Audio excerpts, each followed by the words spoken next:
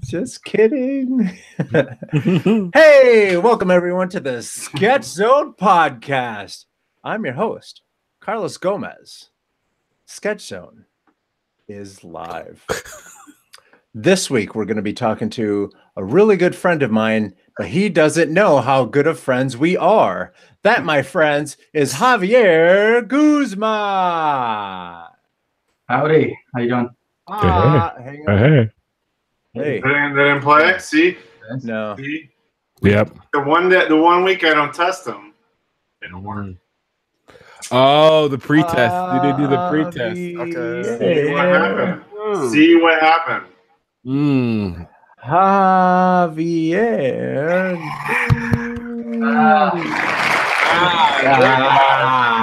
Welcome back, audience.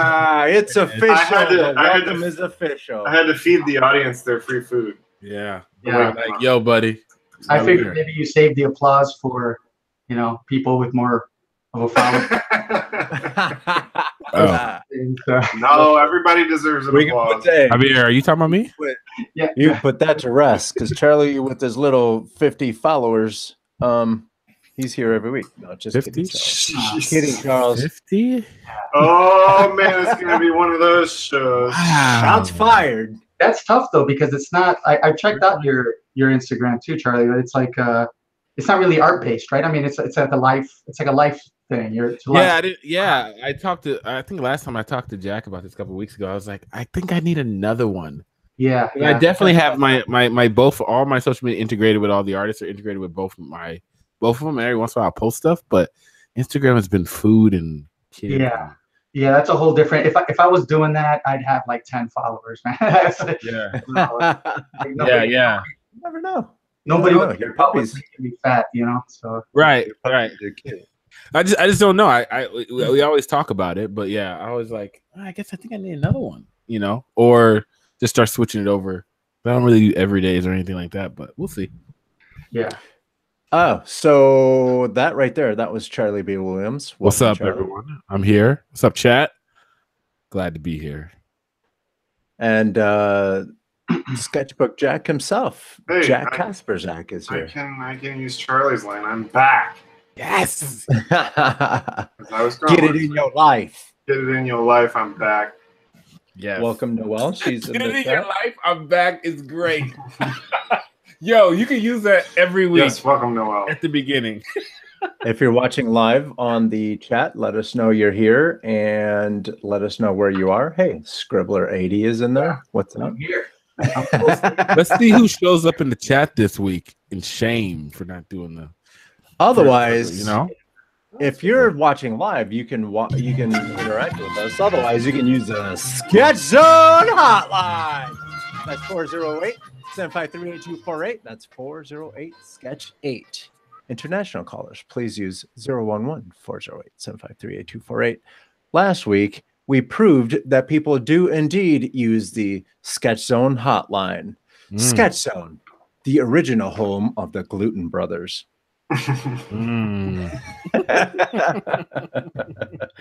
Jack and I are going to start our own food line. Yeah. And it's going to be the Gluten Brothers. Because we be working that gluten, son. You be breading it up. Hell yeah, dude. Actually, I saw like one of your recent Instagram posts on your Coconut Justice account, and I know you're Cuban, right? Yeah. I saw these two big old bags of white powder. Yo, I like him. Dang. I knew I did it. Where's the shot? Where's the shot? Was that on purpose, I guess, is my question. Like, did you know what you were doing when you did that? I was like, oh, no way. I knew exactly what I was doing. Throwback to it. More like switchblades. Yeah. What are you? Are you Puerto Rican? I'm Puerto Rican. Makes sense. All right, cool. Yeah. So, I mean, it's crazy. Like people, I know my people. I just do. I know my people. People are like, how you know he's Dominican? I was like, I know. And then all of a sudden, I know my people. Speaking of which, my people / my mother sent me a picture of the sandwich that I made her when that's not she just a was in picture. town. That's Yo, like is that laminated? That's like mounted. Like It's legit. Oh man! That's how good my Cuban sandwich is. Your mama loves you, man. No, that's you know what that is. She doesn't love me. She loves my sandwich. Yeah. Yo, where she steal that from? You know what? She pulled that out of. Do you know what that is? That is her passive aggressive way. Like that's like the type of stuff they hang on the wall at a restaurant. She's trying. She stole that from a mom and pop place. She's trying to tell you to get a restaurant. Yeah, put that on the wall. I told her I'd be down to start a restaurant, but she needs to come help me run it. Her and my sister. Yeah. So, but yeah, dude, I've been making those Cuban sandwiches for people around town. They're like, okay, we need to get you set up somewhere. just do the food truck. Let's do it. Don't threaten me with a good time. Just do the food truck thing. Right. That's another thing. You can already graphics and stuff easy done, but just get a truck. Boom. Speaking of graphics. Speaking That's of your graphics, segue? Oh man. Wow. The canvas here. Let's get started. I believe every day's a good day when you paint. For the record, that was a horrible segue, but that's okay. We'll Jackson. I know. He wasn't here I last know. week. But he was going crazy. But I have to hurry up. I have to hurry up and change the subject. Otherwise, we go on these runs that last for 45 minutes. Yeah. Blame it on you being the program. So let's talk about this hot mess that that Mike Essa came up with. Well, really, it's Jack's fault for throwing Art Deco. I don't know what else is in the style. Hey, yo, Jack, what else is in the style section? Because Art Deco's awesome. Hey, hold up. I'm not accepting that. Did you see the show when we said Art Deco? We went crazy in here. Like, no, I kept asking people in the chat. I was like, "You guys sure you want this?" Stop it. Hang on. I could see Art Deco being paired brilliantly with other stuff. Oh, for sure. Yeah. So don't put on Art Deco. I for sure said this is something Jack will be perfect. It was a black and white image with the repeating patterns and everything. It would be great. But in this combination, it was like, okay. So I missed the beginning of that episode. But how did it? Because usually you guys just like scramble it up. But so you guys chose this time around? Is that how it worked? No, we do it randomly. Yeah. But what you'll see is we'll have the different the different items that you can pick from, and we're going to ask you how to do this. So no pressure, but don't be doing this mess to people. No, I think when we add that fourth, right, it starts to get hairy. Yeah, I have to agree with Charlie a little bit. Like four makes it. But I don't know. Like I don't want to ask Jack the cheat sheet because then it'll ruin the surprise. But I feel like the style one is amazing. And every time we get a style week, depending on the combination, it could be either really awesome or really interesting. And Art Deco, I just tickled me pink when I saw it. So I'm just messing with Jack, but still, I think it'll be good. Like I want to know what else he has in there. There's some good stuff in there. Yeah. So anyway, let's take a look. This is going to be super fast because then nobody do it. Yo, this is like fun prompt like week 2. Fun prompt fail. Type of numbers. When we were still feeling out, like, because that was when Javier was telling us how he was watching one of the episodes when we first started doing this, and he's like, nobody did it. I'm like, because it was hard, like it was super long, and if it that's when we were using Steve. No, that's when we were coming up with it ourselves, or we were using Steve for a little while. Yeah, we just went online and Googled. Oh yeah. We just Googled stuff. Yeah, we did the random thing. Yeah. So let's see. Oh, by the way, congratulations. Oh yeah. To Rick Mesa Art. I sent out his sketch wallet.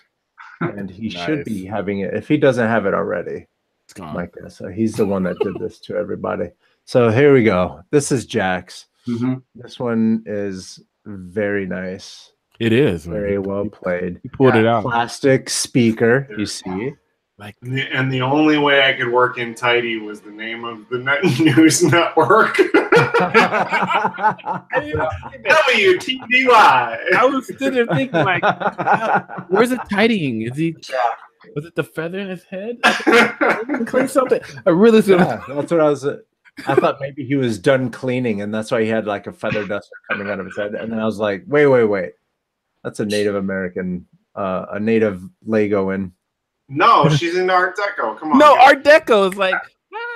Oh, She's the flapper. Like summery dress. And I actually thought she was like maybe like a Sarah Huckabee Sanders type of thing, and she was tidying up. Oh, there you go. Cleaning up the mess. That could be too. Oh, that could be good if you had a bunch of papers. Really good. We had a bunch of papers. I like that one. I like that. Yeah, that's the story. That's the story happening in my version of Sarah Huckabee. Tidying up the mess that other folks made. Try it. I thought this was really good. Great job. Yeah. Then let's take a look at this cheater.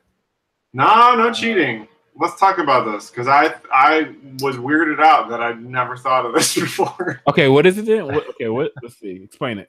So the speaker is from the Art Deco era, and he's tidying plastic.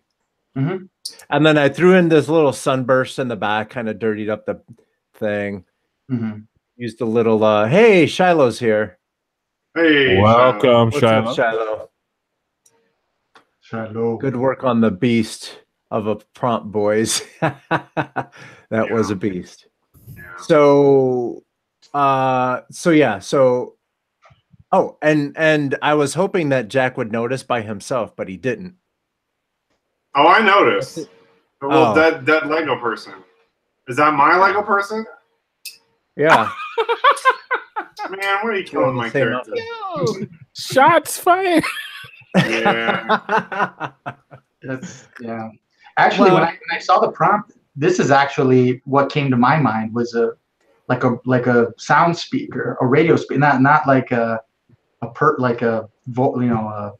someone giving a speech, So that's why I thought it was extra hard. If I had thought the way that Jack would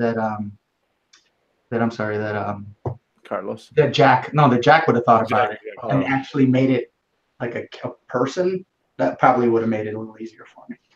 Yeah. It's funny how you deconstruct the words. I didn't even think about even the two ways that they have them. I didn't think about that last week. I mean, I don't do them, but I just I always kind of think, oh, what would that be cool to do? And I was like, it's funny how people work through a process and deconstruct that kind of to try to get something out of it and draw something. Yeah, which makes let's talk about words more relevant. I mean, it makes it harder, so it makes it think in different ways too. Right. So there's value in that way, So let's pick another one and we can deep dive because it's going to be fun to talk about this whole thing. So with that being said, Javier, help us. Okay. Don't mess up. No pressure. All right. So we have adjective, animal, character, action, style, and location. Okay. And which ones would you like to keep? Gotcha. We'll keep character. Okay. Yeah. And so what I'm picking 3? You can pick yeah. You can pick 2 or 3. You can pick 4, but you have to be ready for any bad words that you might be bad words Shiloh might type. I like character and style. Let's think of character style. Are you guys digging into this too, or is this I'm just? This is all you. Go ahead. You're the guest. You're setting the hook. Okay, I got you. Let's do an adjective. So we'll do adjective, character, and style. Ooh. Okay. Here we go. Okay. Baby Thug and Warner Brothers. I like this a lot. What is it again? I think Baby Thug. Actually, in Warner Brothers style. I love this. Like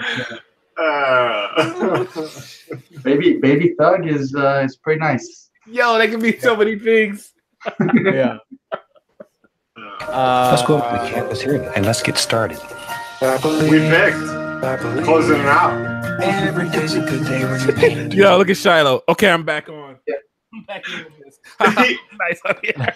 I can work with that. I expect one from Shiloh now, right? So. Yeah, Shiloh's. I know that that we're in trouble when Shiloh doesn't do it. Yo, this is the first time in how many weeks? It's been a while. Yeah. He usually does them. But when they're crazy, he's like, dude, I got a full-time job and a family. I ain't got time for this. You know what, too? I would love to see if he had sketches. I bet he gave it a college try, too. I bet he had some ideas. And he was like, yeah, that's not working.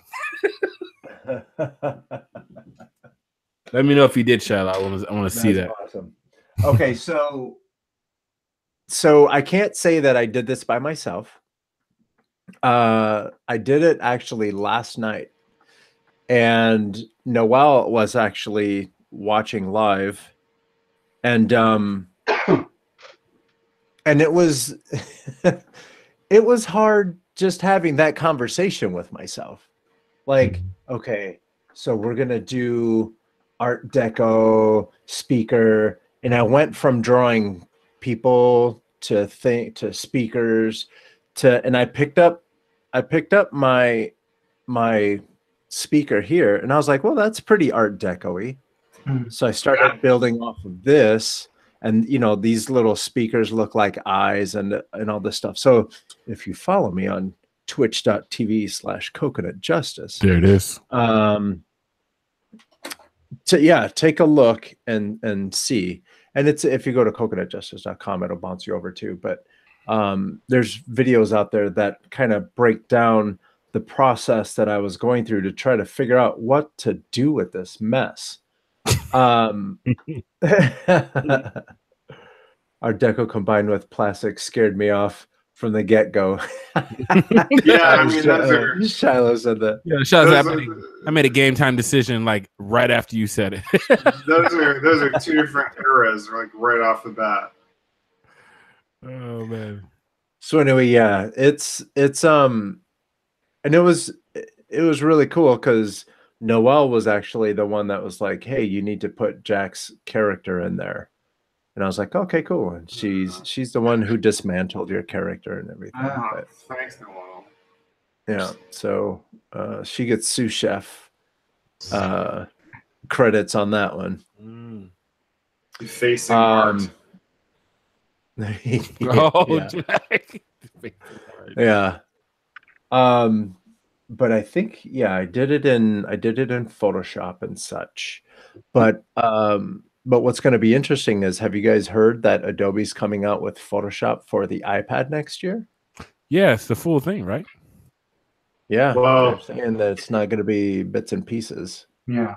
Now, is it full? Like, is it really going to have everything, or is it a more robust but still an iPad version of it? Or they're saying the full. Yeah, they're saying the full. So yeah. Did Adobe?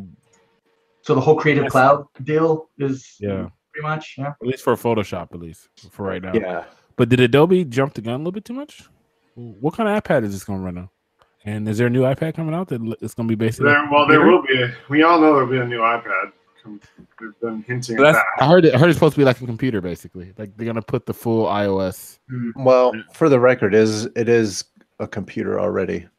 Well, it's actually a tablet, not necessarily in the range of sure. a computer. Yeah, it makes sense. Full. As they said, it's going to be like your full operating system, not like a tablet operating. Just like I'm thinking. Oh, I see what you're saying. Is that why Adobe's announcing this? Because now you have maybe more room, more RAM, or all the rumor run it. The rumor has been that Apple is going to be moving more towards iOS being their operating system and kind of backing away from their desktop OS. Isn't it a hot mess right now too? Anyway, what is it called? A hot mess? Isn't there desktop OS right now? Kind of people who upgraded and having problems. It's actually been super solid. What I don't suggest is don't go out there and get the beta and think that you're gonna be running around picture perfect with the beta. Don't do that. Okay. Yeah, but no, it's. And I beat on my computer pretty hard. I do all kinds of stuff all at the same time.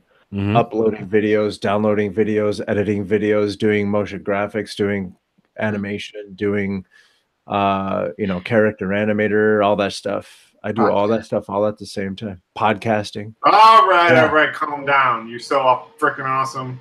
Bread. I kind of am. Yo, Jack's back. Keep in line, Jack. I do all that stuff all at the same time. He was going and I watch YouTube. And I watch YouTube. Stuff off real quick. I was like, wow, doing that at the same time.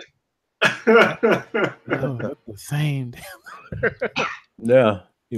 But no, the operating system is legit. But there's been a rumor that they've been maybe hinting. Well, the next operating system that's going to be coming out, you're going to be able to run iOS software on the computer. I was wondering when it would take when we finally get to that point, because there's some stuff that I'm like, I want to play that game on my desktop. So running Procreate then on your running Procreate. Yeah. Oh, speaking of which, I started playing around today with what is that? The designer. Affinity Designer. Affinity Designer. Nice. Yeah. Nice, isn't it? Go ahead. So, let's hear. It's the little bit that I did. Ooh, I was impressed. I was and I haven't even gotten into. I was just playing around with the brushes and stuff. I know. Javier, feel free to jump in if you. Yeah, I'm not aware. So that's Affinity Designer. That's an app there on your. Yeah. iPad. So they had on both. They on had, desktop they and had they started on the desktop, and then just last week they came out with the iPad version, like a full-on version. Yeah. So imagine being able to do Photoshop and Illustrator in the same application. Yeah, but on your iPad, it's a great hybrid. And people buy this one instead. Especially young artists I've known, it's a trend. Buy this one on the desktop because if they can't do the monthly for Adobe because it's it's set up similar, on the raster side of things, but then they have the whole you can switch straight over and do vectors too. So do your photo editing, or you could do your vector stuff, or your brush painting, or your hard vector stuff, inking and stuff. It's cool. Yeah, I tend to be I like the stuff I know, so I don't tend to really jump around a lot. I've had an iPad I got an iPad recently, actually. I've had it for less than a year now, and I just went really quick and went through all the drawing apps on there, just testing out what I liked most, and then decided to just spring for Procreate because I heard that's pretty much the one that was kind of cornering the market on that iPad. And, tried that out, and it was probably I guess it probably had most of what I liked. I still feel like messing with something like that on the iPad because of the lack of, and I can probably get a keyboard, and I don't know how it would work with shortcuts, but just navigating through all the kind of the ways and the menus and stuff that you have to kind of get into execute certain functions. It just kind of boggles down the process for me a little bit. So I was just looking for a real simple sketch program, and I didn't get to dive into Procreate as long as I feel like I need to really get a hold, because I see people doing amazing stuff. Right. Did you try the Autodesk version? It's free now. SketchBook Pro. No, not that. No, not the free one. Might want to try that out. You used to have to pay for it, but now it's totally free. You can download it. SketchBook Pro is really good. Yeah, that's right. That was like a month ago, right? Or yeah. What you described is something like a SketchBook Pro you want. Yeah, I'll give that a shot. And even even the small goofy, I shouldn't probably call them goofy, but the small applications that Adobe has. Adobe Sketch or whatever it's called, it's on there. Yeah. I actually really liked it, but I could tell that I don't know, I could tell Procreate and you know what's good for the Instagram stuff too is that, I mean, it just has a really easy time lapse sort of thing. They just have automatic records things, and it just like I'm all about the simplicity. Like I hate being I mean, for being in the industry that we're in, I should know way more about technology and like all this stuff. Like I am like a grandpa when it comes to a lot of this stuff. I'm like, you know, like classically trained in like traditional 2D animation and like, you know, shooting on 16 millimeter, you know, films and stuff like that. And, you know, and I just love pencil to paper, animating that way and drawing that way. And, you know, that's why I say as simple as possible with Photoshop and tools. I don't even dive into brushes the way that I should. I see people doing amazing work with all types of brushes, and I don't know, my patience for some of that stuff is. You think I'd have more patience coming from an era of shooting 16 millimeter film frame by frame. So is it really just a patience thing, or is it just like you just want to get straight to the? I think I want to get straight in there and not fumble around with too much interface. I think that's what's kind of thrown me off in the past with I've done like very little like 3D animation back when in an old job, and just giving it a shot and trying some modeling and things like that. And for me, a lot of these programs, like the second I open them up and these interfaces, just these UIs just pop up, I was like, oh God, you know. So I think it's kind of having to wrap my mind around that first. Like I know Photoshop, for instance, is 1,000 times more powerful than whatever I use it for. I mean, I'm sketching around and then painting some stuff on layers, but there's so much you can do on that. It's right. Right.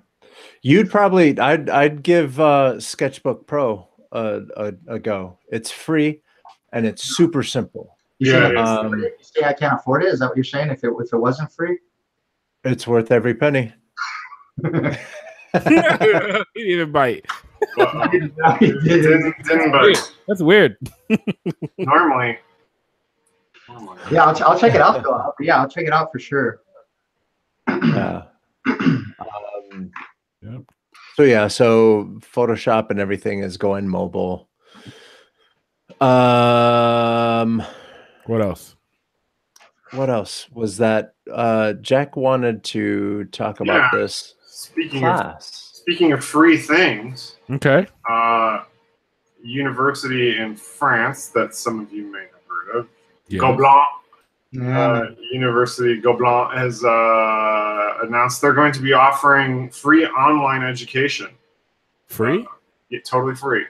That's the real nice one, right? Yeah. We've talked about it here. You've talked about it. Yeah. The cream of the crop there, 2D. So they haven't announced a whole lot of details about what's going to be on there, but it's sounding like they're going to have, you know, actual professors from there and a lot of their curriculum online. Kind of the same thing that a lot of the, you know, like you can apparently go online and get all of Harvard's lectures and their curriculum for free. Like it's available. Really? Yeah. Yeah. Is it in like a approachable manner? Is it like? Well, that I don't know. I mean, I don't technical papers. I've never really delved into Harvard, but I suspect that the Gobelin one will be fairly accessible. I suspect it's going to be a lot of videos and, you know, tutorials and things like that. I don't know. That's cool. What's the format for that? Is that like through their own like website, or is it YouTube stuff? Like so let me pull up the there's still a little bit of kind of early info, but it's so basically they're calling it a 6-week training program. That's kind of cool. And currently, the way they're doing it, it sounds like it's was designed with simplicity in mind. Sorry. It sounds like it's a specific time period. So this first one's going to start in October 17th. Cool. So we have Joseph Meredith in the chat room. Oh He my says, God. introductorily, it will be in French, which is the catch to being free. Oh, so I can't watch it. What will be? Wait a minute. What will be in French? So it's only going to be. It's only going. Yes, it's only going to be offered in French. Oh. We'll start learning. They're like skip everybody else. Interesting. This is for my peoples. France knows their people too. they're like sounds like something French would do. I'll say it. Yeah. Yeah, I was thinking. You get a free pack of cigarettes with every class. Some really nice. That's racist. Stinky jeans. Is it? Yeah. Hey, Bob Rosetto, what's up? Bob Rosetto's in the chat. Sacre bleu. What's up, Bob? Yeah, Been a while. All the guys coming out. Gotta get you on the show. Where you been? Just come out of nowhere. Yeah. You think I hide? Like Bob doesn't show his face for anything. Isn't that right, Bob? It's the 2D guru himself, Mr. Bob Rosetto. Right? Shoot. Yeah. Oh, boy. Bob's my mentor. Love that guy. And Joe. Comes in with the yo-yo like it's nothing. Oh, hold on. What are you about to do? Keep talking. Oh, I know what he's doing. He's about to show off Bob Rosetto, an OG. He's got a book? He's got that book? Yeah. There it is. Come on, son. Yeah. Nice. This was such a good. Hey, I got the bonus edition, son. Yeah, buddy. Oh, it's got custom. Yeah, buddy. Nice. Yeah. He didn't even sign mine. That's He just friendship costs. Friendship costs.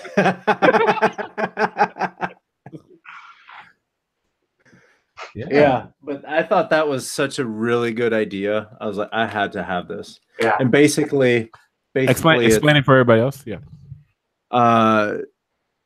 It's a book just chock full of different artists who had art from when they were a kid, and then now that they're older and professionals, they basically redid their kid artwork. So it's theirs. It's not just it's not little kids they know. It's actually it's actually them. It's like let's say, so for example, Blood Fist is Blood Fist. The first drawing happened when I'm trying to see. Oh, Bob Rosetto, perfect. Bob Rosetto was 14 years old, and he drew that. Okay. And now that he's 16, he drew that. Yo, so yeah, I just like the name. He's in the advanced art class. Blood Fist. Blood Fist. That's someone who just went to work on somebody. Yes, like the hand just dripping. I just can see like a comic book cover of that. It's just a hand in the face with like Blood Fist. Yeah, that was an excellent concept. I wish I had something from my past, but nothing's around. I'd love to see a lot of that stuff now, as much as it would pain me. Like if it's young enough, it won't hurt me. If I look at stuff from my college, it's like no. I don't want to look at that. But yeah, you want something from when you were 5, like 12. Okay, you can deal with that. Yeah, last year. No. 23? I don't want to. No, not at all. Did your parents keep a lot of your artwork? Nah, I mean a few things here and there, but like no, not really. I mean, it could be that some of that stuff is God knows where, man. They're hoarding stuff up. I didn't have the patience to look through too much at the boxes and stuff either. But no, I don't. They don't really have much. There's a few things they frame here and there as when I was younger, but yeah, kudos to all those artists though. You know, because like you said, that's hard to keep that type of stuff, like, or have the wherewithal to like, you know, we're gonna archive this later, you know. Yeah, you just happen to have that mom that was like, you know what, I keep everything. Mom, it's like when Jimmy becomes famous, I'm gonna release all this and the weird pictures in the bathroom. Yeah, isn't that a thing that like everybody got at some point growing up? It's like, oh, I'm gonna save this for when you become famous. I feel like every artist probably got that at some point from some family member. Yeah, yeah. I'm gonna hold on to this and sell it to. Yeah, I was like, good luck. So I want to say this, but my mom might one day listen, and I don't want her to think that I'm. Or we send her a clip. So this was, this was going to be the joke that I was going to say. I'm like, I finally made something that she wants to put on the wall. Like I drew so much, and none of that stuff made it on the wall. I made her a sandwich, and this goes on the wall. Yeah, Jack before the show called this out perfectly. Hold that back up, because that literally when we saw the perfect edges, we were like, wait a minute, that's not a picture. Carlos tries to pawn it off as look at this picture my mom sent me. But we was like, wait a minute. It is a picture. But is it on Bristol board? Is it like turn around the back? Show them the back. Bristol board. Like, no, that's like full on mounted on like a What is that? What is that? Snap connects and Lego snaps? What is it's got like a Lincoln Log back. It's got the little No. I'm thinking about the like tracks in the middle. Like what's up? You know what we're talking about. We try to ice over it. It's like, oh, the stickies. No. I mean it's legit, but I can't say the plastic reinforcement. Right. On another level. Yeah. For the record, this is the truth. She never did this to any of my artwork. Yeah. She never framed or mounted any of my artwork. Dude, you just made it nonchalantly. I know. Just gave you an A+ finally. But my mother finally loves my work. Your artwork probably never looked so delicious either. So. Yeah, right. Shoot. Yeah, my artwork looks like Bob when he was 14. Hey, what does that mean? Yeah, are you gonna put that on the wall behind you? Looks like yeah. I'm trying to figure out where to put it. Right underneath the shelf, straight behind you. Yeah. Oh, right there. Mm-hmm. Right there. Mm-hmm. Yeah, that might be a good spot. So yeah, a wall space. Looks like Eric D'Amico is in the chat room too. What's up, Eric? Welcome. Kind of a buddy of mine at work I work with. Nice. The line and stuff. They're probably checking out the show. Cool. Welcome, guys. Cool. So, so you're in Chicago. I am, yeah. Born and raised? Yeah. I was born and raised Chicago. Not actually when I found that out, like probably not far from where you came up. So you said you were like in Albany Park or something like that. Yeah. Mm-hmm. Yeah. Yeah. It was in Irving Park area. I was born in Edgewater, and then I went to high school and stuff. We were right on what you call it, Montrose and Kedzie. Yeah. Mm-hmm. Yeah. Very familiar with all that area. Yeah. I mean, that's all very close to where I grew up. So yeah, and I've been here. Yeah, born and raised, and it's actually when I try not to get sad when I think about it, in the sense that I've spent pretty much like my whole life within like a 3-mile radius or 4-mile radius. And I went to school at Lane Tech, and I had went into the drafting program there. So I actually studied architecture there. And that's what's crazy. I was taking architecture classes at Roosevelt.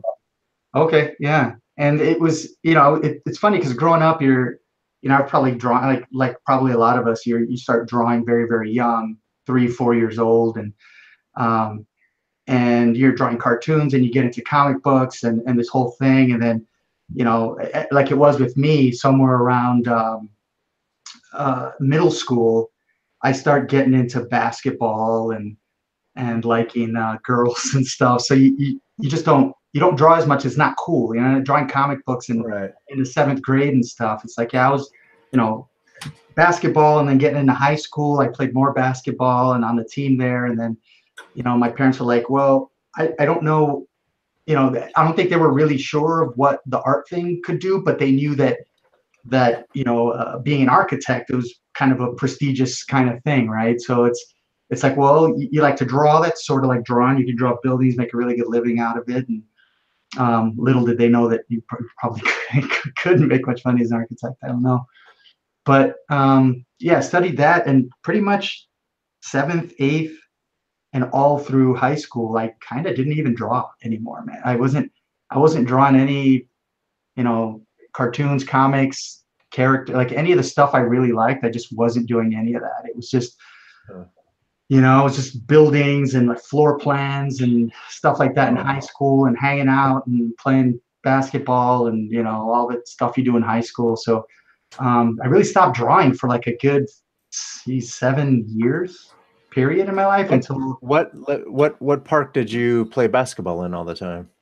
I'm sorry, a park? Oh, I was around a lot, but we played at Gordon Tech a lot. Oh, okay. Those basketball. I played at Horner Park, and I was Horner Park was one of them too, because that's real close. I put a lot of people's shots on the backboard on that park. Well, you know, once you start playing in indoor courts, though, you just get too good for that outdoor basketball stuff. Oh, look at this kid. Yeah, no one wants to deal with that anymore. Yeah, as he lays on his bed of cash. Okay, I need my glass backboards, you know.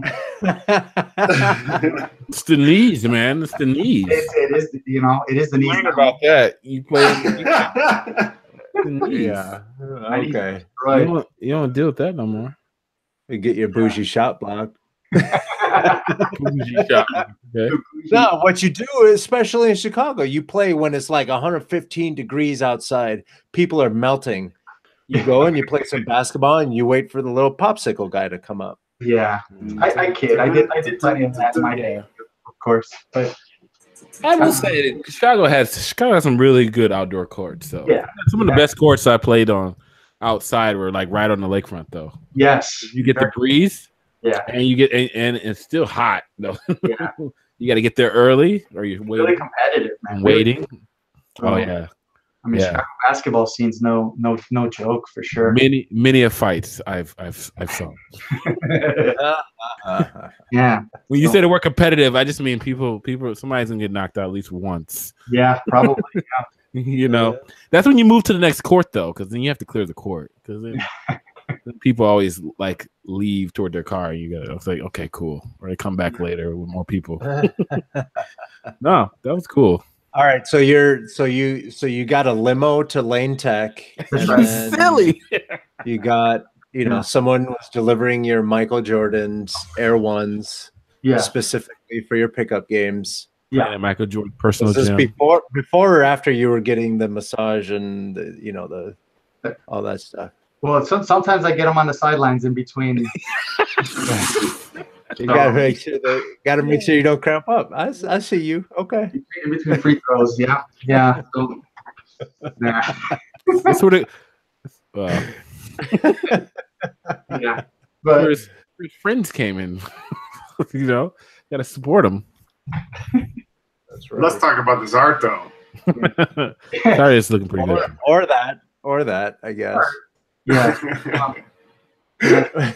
So I think it's probably one of the things that, like, looking back, it's probably one of my. I don't know if I regret it. Like I wasn't crazy about high school, but I loved, playing basketball, and I love that I'm about more than just art or the art that I make in my life. But going so long at such a very important part and stage in your life, going so long without practicing and doing that thing, like I look back at it now, being a man of a certain age, that I look and I'm like, man, all those years lost because I jumping on and seeing, like, online, seeing on Instagram and seeing like how many of these artists that are professionals now are just so amazing and so young. It's like, and they make it a point to tell you how young they are too, right? It's like it's in their bios too, 23-year-old, 24 years old, and they're like amazing. And it's like to know what you want to do and just spend the majority of your time at these formative years doing it. That's so valuable, But yeah, that's probably the one thing I wish I just kind of never dropped. I mean, I would pick up a sketchbook here and there, but that's probably why I couldn't contribute much to Bob's book either, was because I just didn't have much old stuff to grab from, even from high school. If I would have had it. Did he ask you, or are you assuming that he wanted you in that book? Ask me. Wow. I was invited to be on. This interview feels different this week. Don't lie, Bob. Yeah, I know, right? I was invited to be on. I couldn't dig anything up, but I'm sorry. Go ahead. I'm sorry. No, I was just saying, not having done any of that is kind of, I didn't at the time. You're not thinking about it, and it wasn't until later on I don't even really. I think when I realized like maybe beginning of junior year, that the architecture thing wasn't for me in high school. Like I wasn't going to be doing anything with this. I didn't want to do this for the rest of my life. I didn't want to. I hated. I mean, I couldn't. As you can tell, probably from a lot of my work, is that I can't draw a straight line worth a damn. So like the idea of measurements and straight lines and buildings and all that stuff, it just like math with with the art, it just wasn't working for me, and I needed to find just kind of something else. And so this is hilarious. I think this banana hammock is outrageous, out of bounds. Yeah, and so that sort of kind of led me to. I knew that by about junior year that I didn't want to do this architecture thing, and we had majors. You could major and stuff, and it didn't really matter. I was going to graduate high school regardless of switching a major, but I just stayed in it. I didn't bother trying any fine art stuff at school, so I didn't really have any art classes in high school. I just didn't do any of that stuff. And it wasn't up until we were kind of getting close to graduation where I pretty much kind of started to think. I was having actually a conversation with my ex-girlfriend now at the time, and she knew I kind of grew up. One of my very first sort of inspirations was kind of growing up with my uncle at about like the age of 4 or 5 years old, just watching all these Disney, old Disney films, and he'd just always play them for me, sort of the Sword in the Stone and Jungle Book and stuff like that. And I always loved it, and I always loved all the Warner Brothers stuff and all the Chuck Jones stuff, like all of that stuff. I just loved it. And she brought up, she's like, well, there's this college, Columbia College in downtown Chicago. They're supposed to have a really good animation program there. So I looked into it, and sure enough, heard good enough things, and I was like, well, I think that's what I want to go do. So yeah, I really didn't take my first formal drawing class until like my freshman year in college there, where I kind of really started to learn about some. What was the entrance? What was the to get in? The entry process like there? It was laughable. I mean, it was silly. It's you just had to have a pile of cash probably, and then they would take you.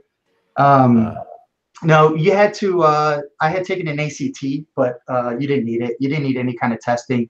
You just had to write. I just had to kind of write an essay on what I wanted to study and why and what it meant to me. That was pretty much it. But I think they would have taken me probably regardless of what the essay would have said. So that sounds a lot like AI. When I went to AI, they did still look at portfolios and stuff, but probably very close or very soon after that, they like those people getting into that school. I'm like, ooh, this is gonna be crazy. Yeah. It also helped that Columbia was relatively inexpensive compared to places like the Art Institute, and I mean, some of these places were way expensive. So, and then a couple of years in, what did you think about Columbia and school? Do you think you'd be able to be where you are right now without it, or do you think it was a necessity?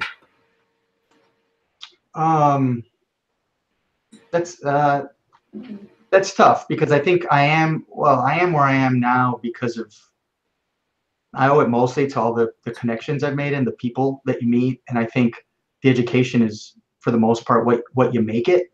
I mean, unless you're going to a place where I feel that they're really, if they've got the curriculum really together, and that they're like top notch, it's one thing.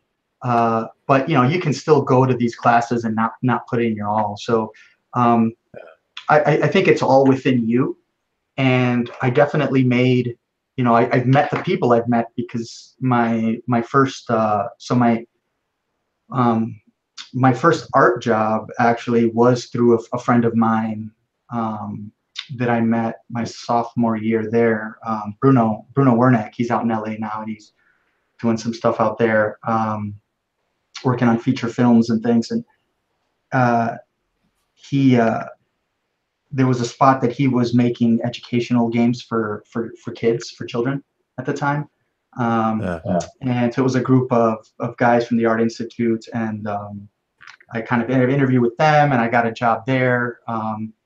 And I probably had that for about a year. But those guys, the art communities are just they're so small. I feel like, and especially then you bring it down to, like, say, the Chicago art community, or like once you start getting to know people, like you'll know somebody that knows somebody, and it just always kind of works that way. Like, actually, when we were talking off air, I mean, these guys, like, when I found out, like, you had went to school with Bob Rosetto, and like, I'm like, yeah, I know Bob. I've known Bob for years, and I've worked with Bob, and so it's like, it's just all these people you meet, and everything's just sort of weaved its way to where I am now. And that's a result of relationships I've made. And my senior year, I was still in school. My teacher, Daryl Hughes, who was another animator, teacher at Columbia, he worked at Williams, or WMS, working on video slots. And then he asked me to come in my senior year to just kind of walk and take a look at where he works, because he liked my work. So he said, yeah, bring your stuff and just come meet some people. I actually didn't know I was going in on an interview. He didn't even mention it as an interview. He's like, if I put any pressure on this kid, he's going to poop all over the whole time. Yeah, so I just walked in. I mean, I just walked, and I met Daryl, and then he introduced me to, like, all the artists that kind of worked under him in that studio. And they all just looked at my stuff. Everybody liked it. They asked some questions, and I just walked away. I was like, oh, that was really cool. And then, like, a couple of weeks later, I get a phone call from their HR rep, and she offers me a job. And it was like, I was in class. I remember this. So, like, there was like an open room, and I get this call, and I step out of the room to take the call, and she offers me a job that I didn't even know I was interviewing for. And I think starting pay was 30. I think the offer was 36,000. That's big bucks. I cracked my pants. Like, I couldn't believe it. I was like, what? You're going to give me $36,000 a year to draw? To do this? Yeah. I tried not to act too excited. I was like trying to keep it cool. Like, yeah, that'll be fine. I'll have to get back to you on that. Yeah. Yeah. But I mean, 21 years old, I mean, Was that your first big break? That was, I would say, yeah, because before that was the job doing educational, like, children's, like, animation for that was like contract work, and it was like $10 an hour. That was my first, like, art job. But this was probably my first, like, real legit, like, it's salary, benefits, 401k. I mean, they had, it was like everything, right? So fun prompt, son. Yeah, buddy. Yeah.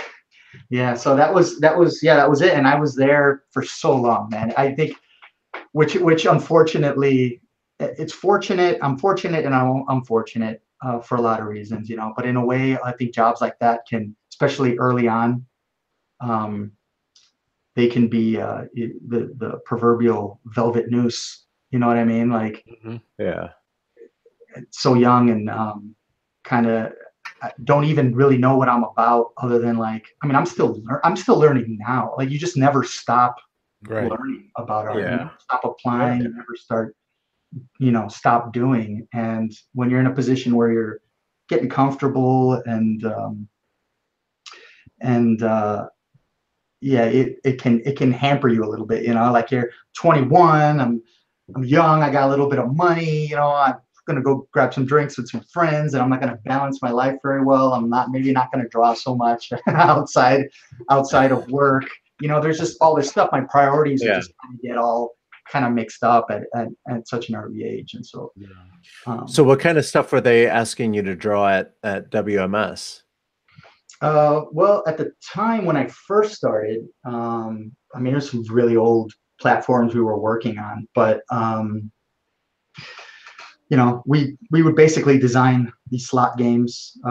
We work with the designers to basically design their, whatever they needed for these slot games. So I think one of my first games, they're mostly like, pick games. So you're picking items and things like that. And sometimes you'll have characters. You'll have a character presenting something, like presenting a field of picks, and then you just kind of design the character, and then you pick through items and you make the little animations. So maybe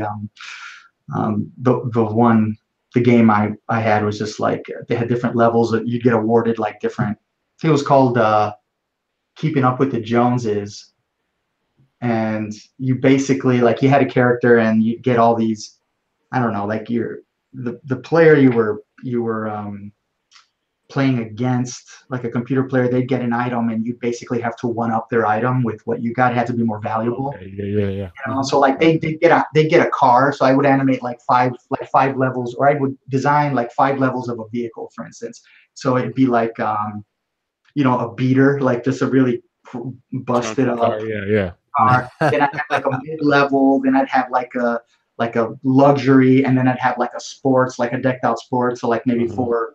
And obviously, like, so the thing with slots, if you play them at all or know anything about it, it's like it's all about value and riches and doing something shiny. So it was all like every level was just kind of adding on that next level of polish and that next level of shine. So these items would come and drop down from the sky and like land on the floor. So it was just like kind of simple, just squash and stress type of stuff, and like slamming down on the ground. And so kind of stuff like that. But it would range depending on the game. But I would still animate by hand. That's why I kind of learned to use Flash. And actually, Bob was kind of pretty much. I met Bob at an early time when he jumped on, and he showed me a lot. Showed me a lot about the Flash there, Macromedia Flash at the time. Oh, he said Macromedia. Yeah, he was a wizard. He went back. Yeah. So, but yeah, that was the type of stuff we were doing. A lot of Flash animations. We started getting into Flash animation, and started really liking a lot of that. But I didn't know anything about. My whole portfolio going in was all just drawing. Like markers and pencil. And then it wasn't until I actually got this job that I started working digital. So it was funny. My first day there, they didn't have a computer. They didn't have a computer for me. And I'm like, okay, there's no big deal. They're like, oh, they're scrambling around. We don't have his computer ready. And it's like, it's no big deal. You guys have paper and pencil, right? I can get started. They're like, no, like, not really. And so I basically, I learned most of Photoshop, and I learned After Effects, learned Flash. I mean, I had to, that was a cool thing of not really picking up a lot of that stuff, which when I was in school, I mean, that's not really what I was really learning. I was just animating for the most part, like a lot of these, these programs weren't even being used like that at that time. And I think I graduated 2001. So I mean, stuff was being used, but it wasn't really being, not like that, not like how you have it now. And so, I mean, I just learned, having the luxury of getting paid to basically learn these programs. It was, it was super stoked, super excited, and just kind of worked my way through the ranks there, and I was there for, I think, 14, 15 years. So, oh wow, okay, wow, nice. Yeah, I was there for a long time, and mean, the whole time I was there was a lot of stuff I was doing as well on the side. Like I got into contract work and freelancing on the side and doing extra work. I mean, there was a period where like I started to really pick up, a lot of that stuff. So when did you actually leave WMS? What year? 20. What year is it now? 2018. I left 2016. like two and a half years, I think. Did you get a chance to work with Tyrus Gomez? Gaucher? Sorry. I did. Yes. Okay. Right. Gomez. I said Gomez, right? I know. Gaucher. I did. Yeah. He just woke up from a dead sleep. Someone's blaspheming my name. Anyway. Yeah, I just wanted. That's okay. So you've been there a while. So there's probably a bunch of different people. It's always fun to see who's working here. And I left again.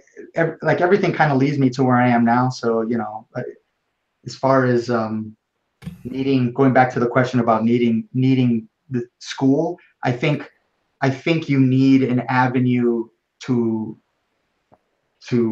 show your work and to mingle and connect. I think that's super important. So if I was coming up, I mean, kids these days, I mean, it's so good, just what you have. I don't know how I would approach it if I was doing it as a kid all over again. Well, I kind of probably do know how, and it'd probably be, online courses and mentorships and things like that. Like it's just more affordable. All the top talent is doing it. Like they want to do it. I get stuck with teachers who just weren't even really good teachers. They just happen to be the ones that were there sometimes. And talk about that. Ooh, boy. Now we talk about that. We talk about that a lot. If I wanted to jump in now into a mentorship set or a class with Steven Silver, I can do it. It's insane. I can. He's right there. Yeah. Buddy.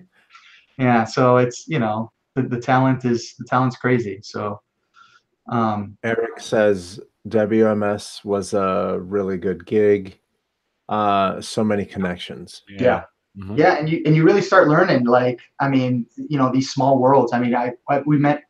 You meet people that are just like-minded, and I met guys like Bob, Joe Meredith, that's on. He's an incredible animator, incredible 2D animator.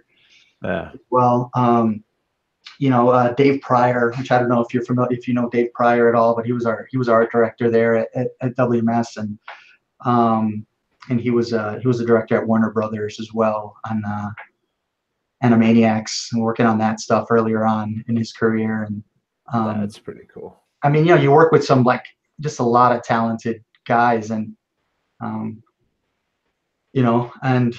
that all those people you meet, all those connections, you just carry them with you. And something as simple as being able to talk about a Photoshop plugin, or SketchBook Pro is free now, or because Flash/Animate has been my lifeline for such a long time.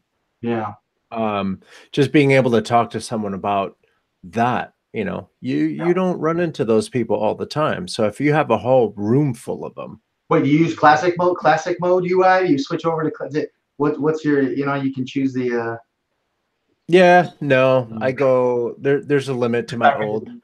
But the cool thing is, the cool thing is I'm part of the pre-release program for Flash, for Animate.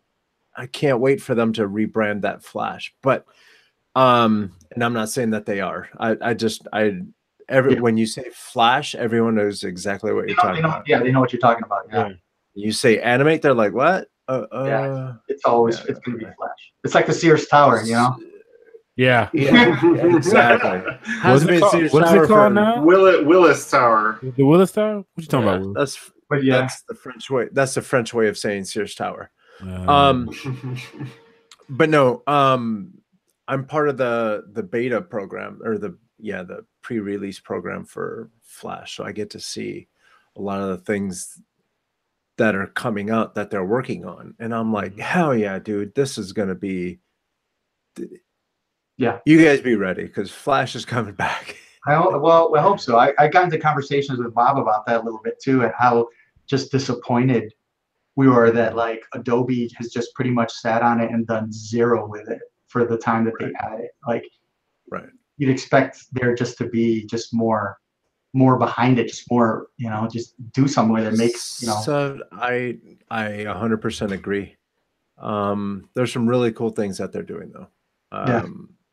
But I can say, I was at Adobe Max last year, and I got to talk to the product manager and like the lead developer of Flash.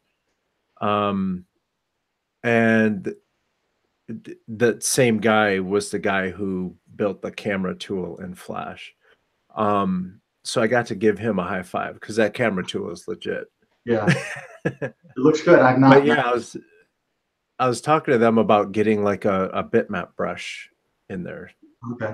Sometimes you just want to rough something out. I don't want to put a bunch of vectored lines down. I just want to figure it out with pixels.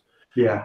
But yeah, so, and I gave them use cases and stuff like that. So they were excited that they actually had some solid feedback. That'd be fun to see. Yeah.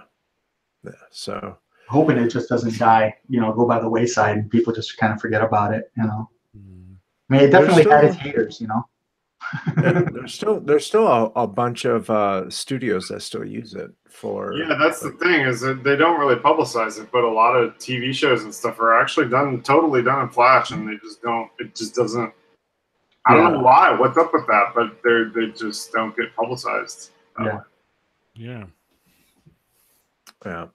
And there's if I could remember his name right offhand, there was a guy on Instagram that's using Flash and to do animations that look completely not Flash.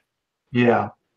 So he'll do the line work in Flash, then he'll take it into Photoshop to do the color, and then he brings it into After Effects to kind of composite, put a bow on it. Yeah. So and it's really cool. Yeah. So what was it that made you move on from WMS? Because let me start by saying this. What are you doing now professionally? Yeah, so professionally now I work for a company called Playtika, and they're a mobile games company, and they basically I'm making mobile slots, so it's sort of the same concept, same idea, but I'm doing it for mobile games, so iPad and Facebook and phone apps, So I do that, and I get to do it from the luxury of my home studio. So They work at home. Yeah, so I work from home. I'm fortunate enough to work from home. That was a big part of the, there was a lot of things that kind of led me to leaving. And the hardest thing is always just leaving the connections you make, the people that you work with, because it was, I met some of 15 years there, you meet some of your best friends working for that long at a place like that. And a couple of years before that, like, it was just kind of trying to find, it started getting just very big. They got bought out by this company, Side Games, and it got a lot bigger than it ever was, and was getting a lot more corporate. It started kind of losing a little bit of that small studio feel that was sort of the vibe that we had going. We tried to keep that as much as possible, which is a testament to the people that you work with. You make it fun to come into work. You look forward to working because of the people you work with. And but I think there was something about where I wanted to be and what I wanted to do that just wasn't. I just wanted to try something. I've been there for so long. I think it was just time. It was time to just. Right. I had told myself for so long. It's like I even had talks with friends of mine that were working with me there that had left there to move out west and have worked on movies and TV shows and stuff, and they're just like, I'm like, well, I'll give me 10, give me 5 years. In 5 years, I'll be, and it just kind of kept going and kept going. And it just, it never happened for me. And I kind of fell in a place where I was okay with it because it was, I was making a really good living. I appreciated everything I had. And it allowed me to control my work in an office environment, and then come out and have the funds and have everything that I needed to create personal work on the side. And that was great for me because I thought like, well, at an early age, I was like, well, I can try to make the move out west and try to work for, bigger companies and stuff. But at the end of the day, this is what I was telling myself at the time, by the way. I was like, at the end of the day, I'm just going to be working on somebody else's stuff. And that's not going to make me happy. What makes me happy is going home and not answering to anybody after a day of answering to a lot of people. And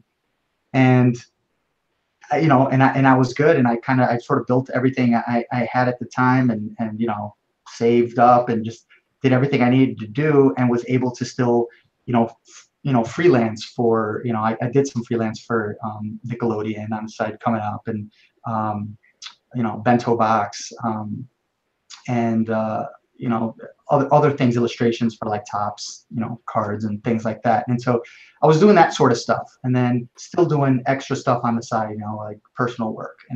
And the goal was to just kind of create our own stuff, just really, really go there with it and have fun doing that.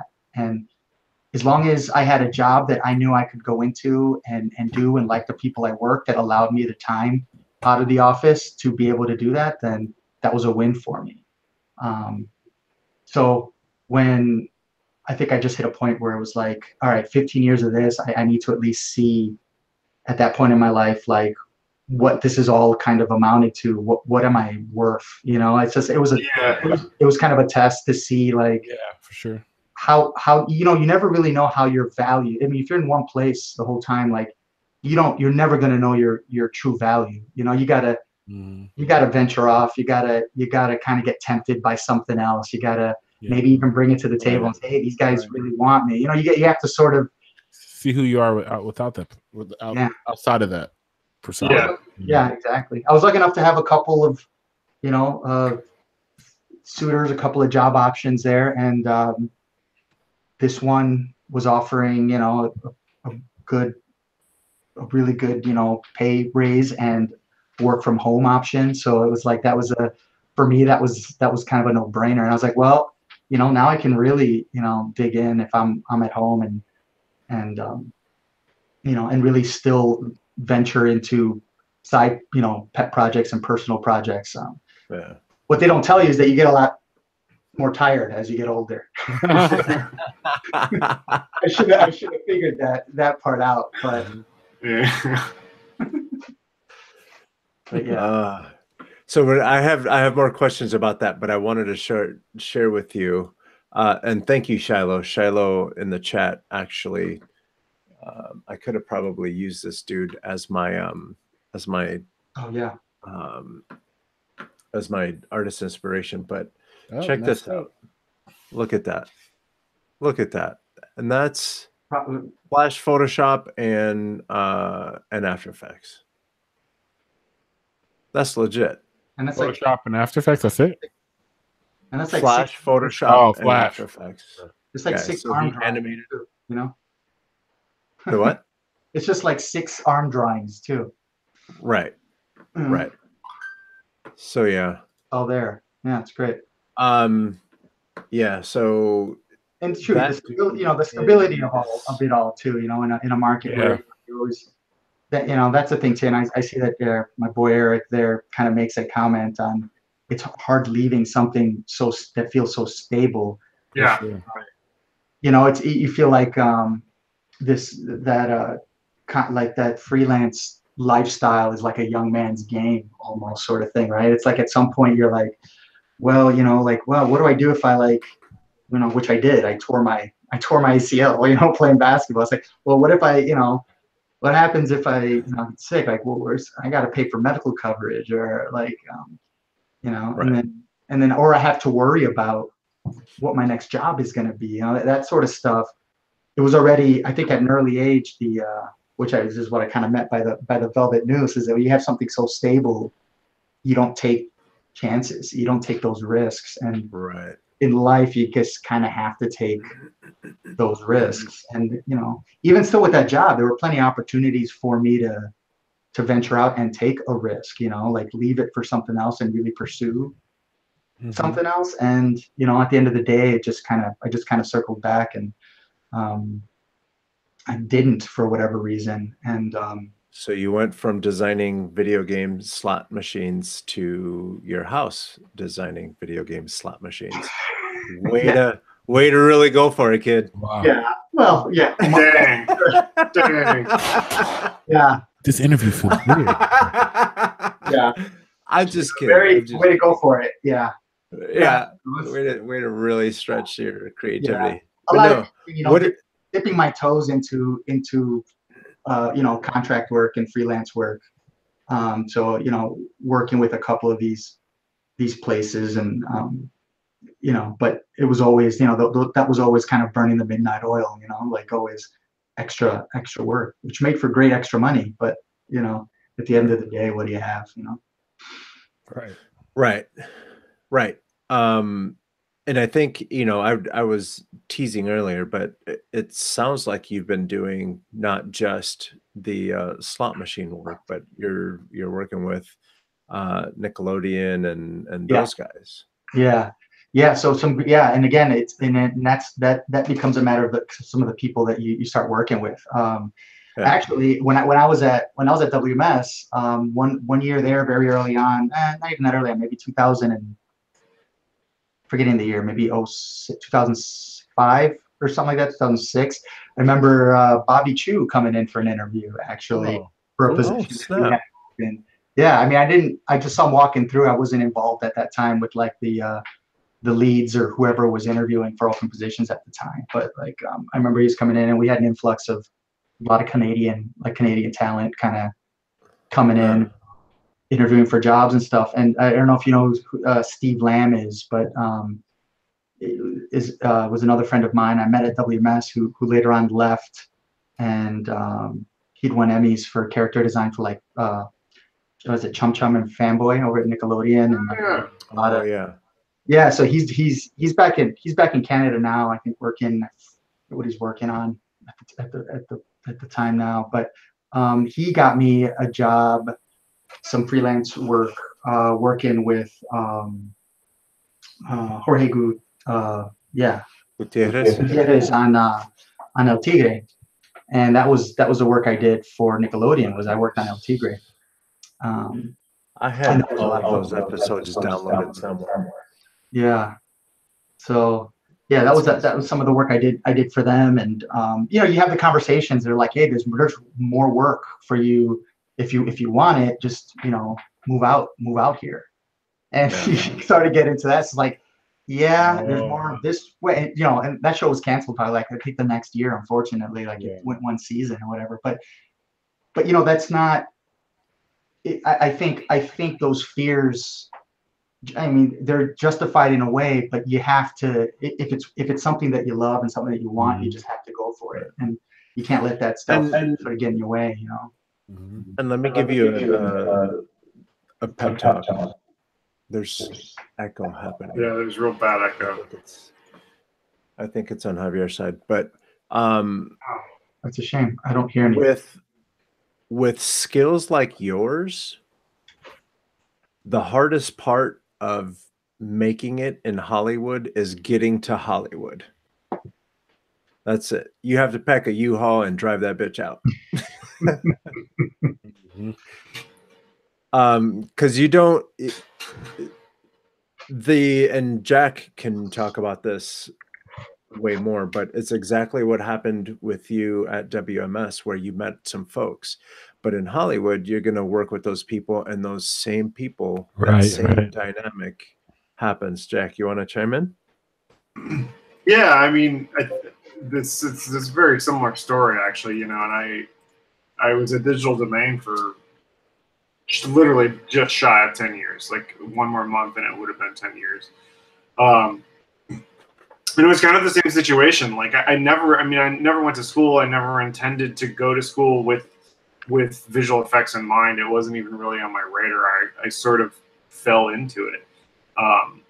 But obviously it was an amazing opportunity and I took it, and it was one of those things that was, you know, I loved the studio. The people were really cool. They treated me well. And, you know, it was super stable. I somehow survived, you know, 3-4 layoff rounds and 3 different buyouts, you know, and it was one of those things where it's like, why would I leave this when they actually treat me pretty well? You know, I'm making it, I'm successful, but I just got to the point. I mean, there's a couple of other personal things involved, but I got to the point where it's exactly what you said. You know, in order to, you know, you always want to push yourself. You always want to challenge yourself. And I think moving out to Hollywood and moving out to LA and doing that whole thing and really taking that risk was the first risk. But that doesn't mean you need to stop taking risks and stop challenging yourself. And it's exactly what you said. It was a little bit because it's your first gig out of the gate and it's all you know. Not only do you need to find out kind of how they actually truly value, but in a way you got to find out how you value yourself. And the only way to do that is to test the waters outside of this little safety bubble that you've been in. Yeah. I mean, it happens to you naturally at many points in your life. Like obviously you establish your personality and who you are in college, and that's, you sort of create this persona and this value level in college in that safety bubble. But then as soon as you graduate and you got to go get a real job, then the real world starts filtering folks out, you know, and you start seeing who the serious ones are and who the talented ones are and all that. But then it's like it never really happens again like that forcibly, you know, unless you get fired or something. But it's like, you know, so to advance yourself is really kind of doing that again and breaking out of that little bubble and seeing how you value, how much you're valued, exactly like you said, outside of that bubble. Yeah. And it's hard because, you know, I for 10 years, you know people, like, you know them really well. You've been working with them a long time, sometimes extreme hours. And it's hard to leave. It's hard to leave that family that you've established. But, you know, to Carlos's point, it's like, it's such a small industry. It's like, I've started now. I mean, I've only been gone for about 3 years now, but I'm already starting to work with people that I had worked with before. It's really funny how it's just, it's at some point, everybody kind of shifts around and cross breeds and all that. And I know a worry can be, you know, where your next job is going to be, but also the reality of that is that your next job can be right around the corner because of somebody you met at your last job, you know, and then, so that's why keeping those relationships that you build are that's very true. Yeah. I mean, you never know, like, and something's going to pop up in the future, like that you had talked about or, you know, dealt with like 5 years ago. And it's like, suddenly it pops up here as some sort of viable option. Yeah. Yeah. So, yeah, I don't know, for a lot of reasons, whether it was trying to convince myself that I was not going to be happy doing that anyway, or, you know, whether, you know, but I think a lot of that is also, I'm wired a lot in that way, in a sense, also to not, I mean, social media, for instance, I mean, I've not really even jumped into that until less than a year ago, just jumping on Instagram for the first time. So I've never been anyone to really even jump on a lot of that stuff and have much of a presence in that sense. So taking like that leap alone, as simple as it is to hide behind, you know, an avatar and you know, a computer screen, it was still pretty nerve-wracking for me. Like, even just showing my work in a public forum where, you know, people would just kind of go have at it, or, you know, which luckily, I mean, it's not that there are a bunch of people aren't dying to like talk crap about my work and how bad it is, but, you know, the likes thing. It's like, you start looking at likes. It's like, well, people actually liking my stuff. Like, and then you start looking at all the stuff that just doesn't matter, and that can get in the way too. But it's all a balance. And I felt that like a big step for me alone was kind of getting over that sort of hurdle. And this is a little different here. I mean, I had a DeviantArt account that I started back in 2007, maybe 2006. That was maybe my actually no Blogspot, Blogger or whatever. Yeah. Where everybody was getting like a Blogspot. Yeah, Blogspot. Yeah. A bunch of us at work were doing it. I think that was maybe the first kind of bite, and it gets addictive, right? When you start showing your stuff and people start, getting used to it. Yeah.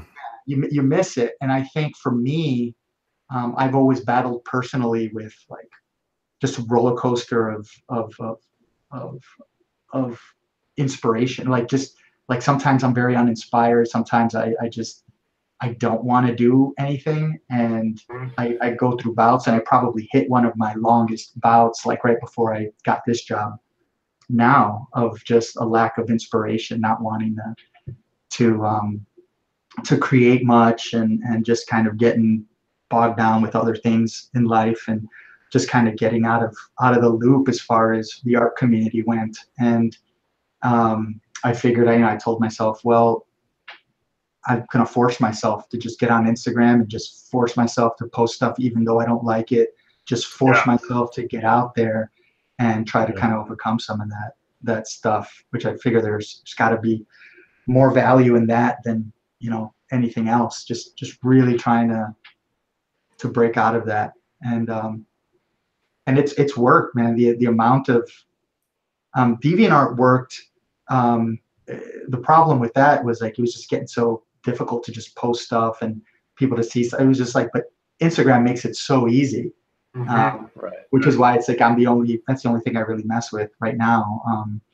But it's just very easy to kind of put something up and follow it. And it doesn't take up much of my day or much of my time to kind of interact and build relationships through that.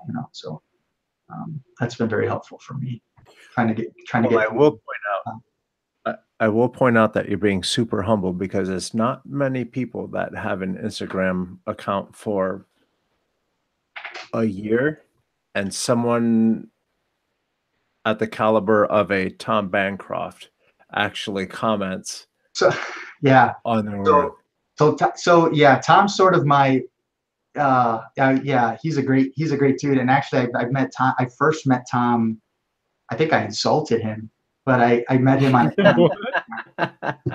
I first met him on DeviantArt, when I first got on that, and he was posting a lot on there, and I'm I knew him from all the Disney books that I had and all that stuff. I was like, holy crap, it's Tom Bancroft, and I kind of drop him a message and say, I grew up watching a lot of your movies. I love it. And he's like, oh, you're calling me an old man and all that stuff, right? So I used to exhibit. I went through a bout of maybe from 07 to 2012.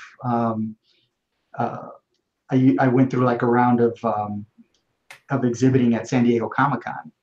So we can sketch together and just go exhibit at tables and stuff. And so having kind of met him through DeviantArt, and I actually met him in person at San Diego one year. So there was a little bit of a, he knew me, I knew him. I'll say this though, it's funny because I had been I just dropped out of DeviantArt. I just dropped out of all this stuff. I just wasn't posting anything, wasn't creating any work. So when I jumped on Instagram and I looked him up and I followed him. It took a while. It took a while to get him to follow me back. So, thank you, Mermaid. But he's busy with a ton of stuff, man. He has his own awesome podcast and everything else that he does. He's really turned that into something because seeing a lot of those guys from DeviantArt back in 2005 or 2006, it's amazing to see where a lot of these guys have just kind of taken their career to. I'm still mesmerized by like seeing how a lot of these guys manage to build like a personal art career out of strictly that, like, you know, just online shops and followers and Kickstarter campaigns and Patreons and just all of it, and are able to basically build a whole brand and get, you know, just do that. Right. Impressive. It's impressive. And it is a hustle. I mean, you have to be on it. Every day. Yeah. Every day. Yeah. And not only that, but you know, if those guys aren't and even you, when you were doing the Comic-Con circuit, if you're not selling, you're legit not eating. Yeah. Well, I had the benefit of having a cushy job to kind of fund a lot of this stuff at the time I was doing it, right? So it was sort of like I told myself, I'll keep doing this as long as I'm breaking even. And I was doing well enough to, you know, break even. I was selling enough of these little sketchbooks to you know, pay for the table, pay for the hotel and hotel, flight. None of that's all cheap. But you know, it kept me going. Like, oh wow, people like this stuff enough, you know, for me to just kind of continue to keep doing it year after year. Right.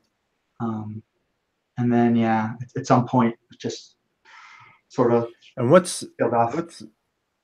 that like? Like, okay, so sure, you have a cushy job and all that stuff, but you decided to one day walk us through that.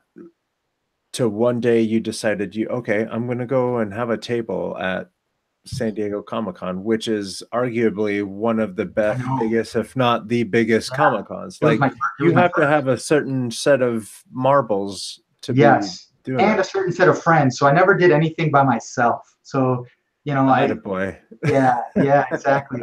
So, and actually the very first time we exhibited, a friend of mine had gotten a table, and there were literally like 12 of us at one table. Nice. It was insane. So we had to one table. Yeah. Woo. So we had to just get their money's worth. Yeah, we had to revolve guys around. Some guys just were never around. But we set up all the books on the one table, and you know, and so it was a lot. It was I mean, 12 probably with significant others, but maybe 8 of us were showing. You know, but it was very stressful as a buyer. At least for me, if I walk up to the table, I got a lot of stuff to look at here for a second here. I'm gonna miss something. Are you guys all a team? Like, what's happening right now? Is this exactly what are we doing? Is this a collaboration? Yeah, we tried to brand. It was all under a fake pseudo brand of a banner he put up that a friend of ours kind of came up with a name and just did it, and we had all our sketchbooks out there. But yeah, it was a mess. It was chaos. But I got bit by the bug, and it was just like, we're coming next year, and we all applied for our own tables after that. And we all basically got our own tables. Nice. And this was just right at the peak where it just started really blowing up. And now it's just, you know, I lost the table now, so it's going to be very difficult to get back if I ever wanted to go, unless I'm sharing, unless I see a friend that has a table. And so wait, what do you mean you lost the table? Is it? Well, they used to do, when you fill out the application, they used to, I don't know how it works now, but I know they used to take into account how many years you were exhibiting before. So they would ask you, and if you had exhibited in prior years, they would take that into consideration. Interesting. Yeah. So if I could put like, I've been exhibiting for 7 years, you know? Right. So, and then when you don't, they just go right to when you don't renew or re-up, they just, you know, give your table to the next guy in line. So I don't know what it would be like if I were to reapply. I have no idea how that would go. If I said, I exhibited before, or if I'd just get thrown onto some waiting list, or, you know. That's probably it. They don't really need to have, what's the word I'm looking for? An affiliation to you, or I forget what the word is that I'm trying to use. Loyalty? They don't need. Loyalty, yeah. They don't need to have loyalty with you because there's legit thousands of people's waiting. So they were like, okay, yeah, well, that's what you get for quitting.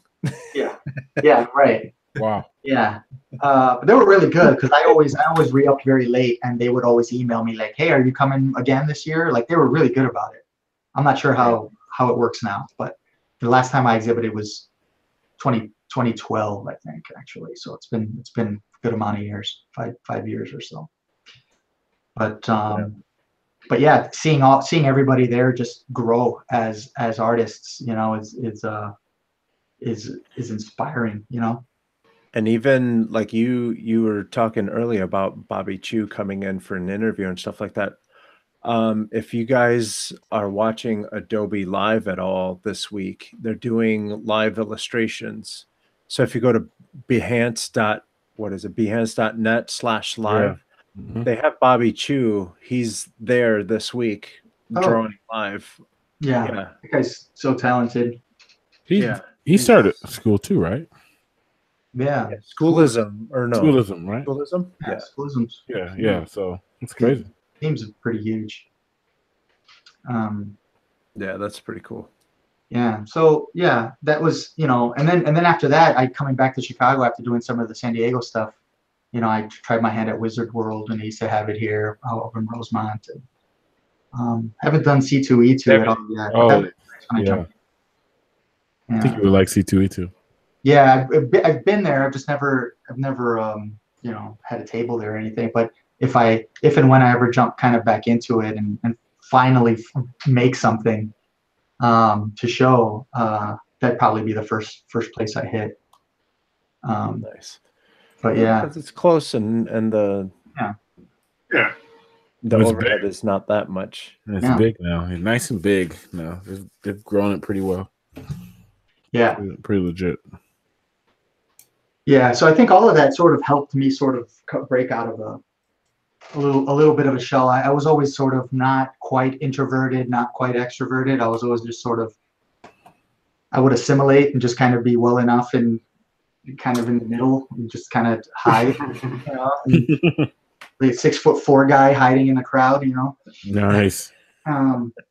But I think that all sort of helped kind of get some affirmation, like, you know, yeah, people, you know, don't be an idiot and just kind of get your stuff out there. People, you know, people will respond to your work, and they'll respond in one way or another, right? Yeah. Mm-hmm. So yeah, and use that as your gauge, right? Don't go out there thinking that your stuff is all that if you haven't tested it. Like the way I see it, Instagram is the perfect free market analysis for your stuff. Yeah. If you put it out there and people jump on you, like you, for example, you have over 1,000 some odd followers and you're getting hundreds of likes. That's like a very fair market evaluation of your skills and your work and whether or not people are going to be wanting it. Yeah. You know, like if you've been on Instagram for 5 years and you have 50 followers and, you know, you get 3 likes per thing and the 3 are your cousin, your sister, and your mom, there might be something wrong. Yeah. Yeah. You probably shouldn't. Yeah. You probably shouldn't quit your job, right? Right. Yeah. But at the same time, use that as motivation to get better. Yeah. You know? Yeah, for sure. I always wonder about that. Like it's hard for me to tell sometimes, to decipher what the following means. How many of them are like, what's the percentage of hardcore followers? How many are willing to actually buy something that you were willing to create or put out? How many would back you and support you as opposed to just, you know, just scrolling and liking something and you know, effort and putting an effort to just leave a comment alone. Yeah. You know? Mm-hmm. Yeah. Right. It's a weird thing. Like I you know, there's definitely there's definitely a vocal, you know, people that are vocal, and there are, you know, people that just are creepers, you know, that just kind of lay in the woods and don't really do much and just like stuff. And yeah, it's hard to get, for me anyway. It's hard to get a gauge, but you know, I see people with hundreds of thousands of followers. I'm like, holy cow, you know. But at the same time, you see, and that's not even a really good. I always say this on the show. Don't compare yourself to other people, because you don't know where they got those followers from. Yes, that's absolutely true. Yeah, there's so many bots and paid for, and and you see what they do. Like, there's been times where someone starts to follow me and I'm like, oh wow, they have like 5,000 followers, and I go and they look and there's like 2 pictures. So get out of here with that. Yeah, that's very true. Yeah. It's very true that I would much rather have a small amount of legit followers. Yeah. Right.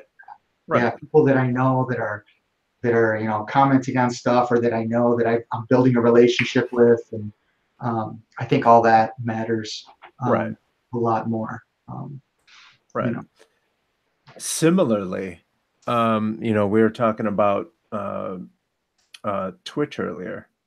I was on Twitch, and what I like to do is I like to gauge, because I'm trying to figure things out, and it was funny because last night someone came in the room and I looked up just as they left a message. Well, I guess I'll just check back in later. And I was like, sorry, I was focused on doing, I don't know. It's a skill. So anyway, it wasn't like I was trying to ignore them. It's just I was looking at something. Demanding your attention. No, it's a skill, man. You keep at it though. It's a skill to like constantly look up at the chat and make sure, especially on the creative side of Twitch. I mean, the gaming side too. When people play the games and stuff like that, the game can help them entertain them a little bit because they're watching your expression, watch the game, whatever. Or if it's or something like that, and if it's something super competitive or whatever. But I found even when I've done some of those early streams of like when you're working, you get in the zone. Yeah. Right. I mean, people laugh at me and make fun of me, my really close friends about, and they even hear from my wife from time to time about how I need to check my phone during the day. But it's really, really hard for me at work. And I understand now because I have kids and stuff like that, but it's really hard for me. The type of job I have, I'm constantly up out of my seat or checking at other people's desks, checking on stuff. And then when I get to my desk, I try to get in the zone so I can like do some artwork too and manage stuff. Like I hate checking my phone. I just hate like stopping what I'm doing. So like that was one of those things I had to really work with on Twitch. Like look up, be like, oh, okay, cool. Somebody just came in because you want to keep them there because you want the viewers, but the artwork sucks you in, Right. But the point I was going to make is usually what I do is since I'm on Twitch already, what I do is I stop streaming and then I go look at whatever everyone else is doing. And then you see these folks that have like 500 followers or active watchers or whatever. Concurrent people are watching it. Right. So they have 500.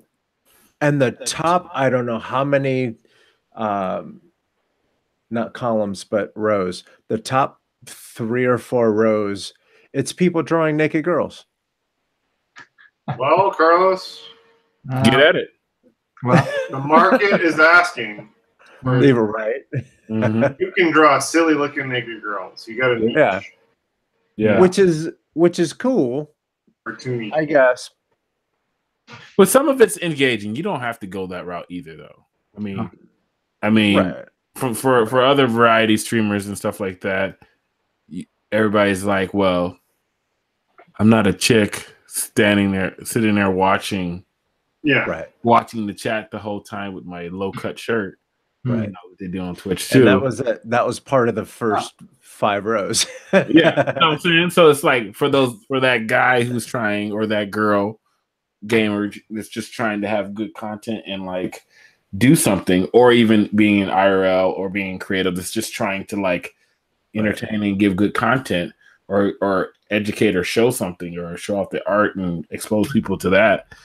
that's the one thing, it's the new version of what we talk about when we doing our art of comparing and trying to figure out the niche market of pulling those viewers, and elevating your content. Because I feel like you can do good content, trying to elevate that content to get a different group of people to watch, same way we do the podcast each week. It's crazy how, I guess it's just a different art form, right? I guess this is just a different type of art form that we have to you have to navigate and kind of use some of the same tools we tell people each week to do it in this. Because I do it all the time. Twitch is an amazing tool in itself in terms of like how it's brought community together. But like the best part about it is like it's like being in a control room, right? Like when you watch what's currently going on in creative, right? And you have the whole page of people, and Carlos talked about the top 3 rows. It's just funny watching it for a couple seconds. It's like, okay, she has like 15,000 people concurrently looking at her right now. Or this other guy who doesn't draw as well, but has like, 2,000 people. Okay, cool. What is he doing right now to get 2,000 people to pay attention to him? And you start analyzing, oh, wow, he's really engaging. He's really good about going back and forth, or he's funny. I watched another guy who was, he plays like a certain type of game, which is like the big, massive multiplayer online games like WoW, right? But his niche is when somebody comes in or when somebody talks, he's a well-to-do. He wears like a shirt and tie, like all dressed up. He's kind of standing up when he's talking. He's really good at whatever game he's playing at because he seems like a type of personality, analytical, So he plays the game really good from that side of things. It can do things, but when they come in, or when they subscribe or something like that, full out dancing, full out like dancing, like your best friend who doesn't know how to dance, but like had too much to drink, but this guy is totally sober doing it, and like he's just like in it. Somebody subscribed. All right, got to do that dance again, and he just does it. But it's just weird. It's not weird. It's interesting how people find their niche, and some people become really invested in that person. They come back each night because, like, man, he's totally committed, or whatever. Finding that niche that shows the person how much committed to what you're doing, and people gravitate to that. I like talking about Twitch in that way because it's got so many of the same parallels as art in terms of like I've seen people go from like having 15 followers all the way, and they just get better and better over the course of a year. Right? And the next thing you know, they're like, you know what, guys, I'm really gonna go to this conference. Like we talk about really going to Comic-Con or going to SIGGRAPH. I'm really gonna do that this year and get my name out there and do it. They come back, meet the right people, like you were talking about earlier in your story. Meet the right streamers, get into that community, and then move up and keep moving up, and then Twitch, partners with them, and it's a big deal. It's just cool. It's a cool like story, what we talk about all the time. So look, this is live. You have 321. I don't know what this person is doing. This chick is body painted. She's butt naked, quote unquote, body painting. I mean, she's scantily clad. She's scantily clad. 50 viewers. What's the one with the this girl's drawing a girl, or it's a paint over? It looks like interesting. Well, some of the other drawing ones like that are non. So does Twitch work with subscribers? Is that? Yeah. So you get to a certain point, and you can get your subscribe button. Yeah. And then you get to a certain point and you get like, there's 2 levels. There's a medium level, and then there's like a partner level, a little bit higher. And each time you get unlocked different parts, the stream can be a little bit more clearer and stuff like that. And there is a level that people are trying to work to. You need a certain amount of followers before you're even. Yeah, you need a certain amount of concurrent followers for a certain amount of time. So it'd be like you had 100 people for the last month and a half show up every day and watch your stream. It's something like that, it's not even a lot of like, Twitch is a lot like a game. They have a bunch of accomplishments that you can do, and the more you get checked off, the more you basically proven yourself, right? Yeah. So but it's cool. you have to be regular. You have to have good content and all that stuff. And once you start unlocking these things, the potential to make money. Yeah. Have you guys watched any of Jim Lee's Twitch or YouTube streams? He's amazing. You talk about somebody he just does it so well, just communicate and actually work while hold that conversation. I think whoever his subscribers are, his Patreon members are, he makes it a point to answer their questions and bring them up in conversation when he's talking to them. I think he's done times where he raffles off his work even, or to certain or if you're a subscriber or a Patreon member or whatever. So he holds those relationships in high regard, all while doing the art, talking about the art, looking at the chat, being like it's amazing. Yeah, and that's the other thing when you get the higher level. So you can get the first level, you just get the button.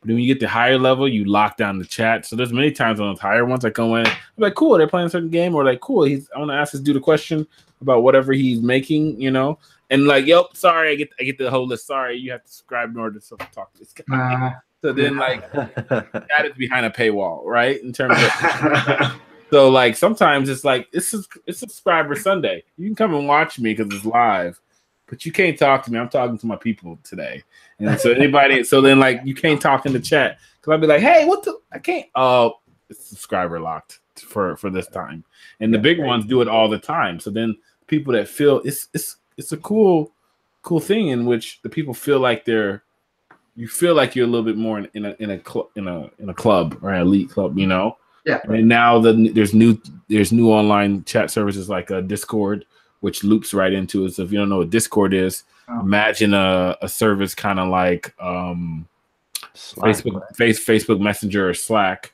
and then they've kind of infiltrated the online communication market for games, right? So there used to be things called like Ventrilo and TeamSpeak and stuff like that, where gamers would use that to talk to that. So you have that running on your computer to talk to a group of 12 people. Right. Yeah.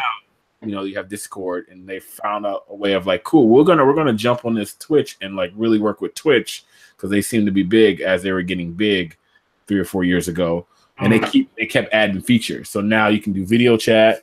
Now you can do, and it's basically giving yourself an online, like a virtual server for just your channel. So say Carlos makes a Discord channel, all his people are really in Discord and on Twitch. Right. And now when he's not on Twitch, there's a place where they can have it on their phone, they can have it on their desktop, and now Carlos can build other channels, chat channels inside of that, right? So he can have a Flash channel, he can have a Photoshop channel or Illustrator and whatever. And the big streamers, the guys that are really doing it, they build their community on Discord so that like, and then Carlos would be on Discord in the like live channel, but maybe that'll be locked out. So then everybody knows that Carlos is streaming right now. So maybe his subscribers or whoever can go in that channel with him and then say, I can talk to him while he's streaming it. And then people will hear my voice on the stream or whatever. It's it becomes really like, you really become invested, with that stream person. So all the kids that are watching it now, they really getting to the point where they're invested on the streamer that they support. They $5 each month or however much. They even give donations and stuff like that throughout the thing. Some streamers do really good things with charity and stuff like that, and beyond gaming type of charities, and like some other ones have done health related stuff to get people to exercise and stuff like that. So like you become like a little online celebrity, and then you've seen some of the big streamers. Well, now it's starting to infiltrate the market of like professional athletes are doing it, like Mighty Mouse from UFC, the champion there. He does it in his off time. There's been a couple other like music artists and stuff will sit there and stream, and then even in the hip hop community, a lot of the new younger artists and stuff like that, they're on it all the time. There's another guy that's built his whole like career from a reporting standpoint, where he was online. He goes by the name of DJ Academics. He was online the whole time, had the whole blog stuff, made it real big on YouTube, then put himself on Twitch.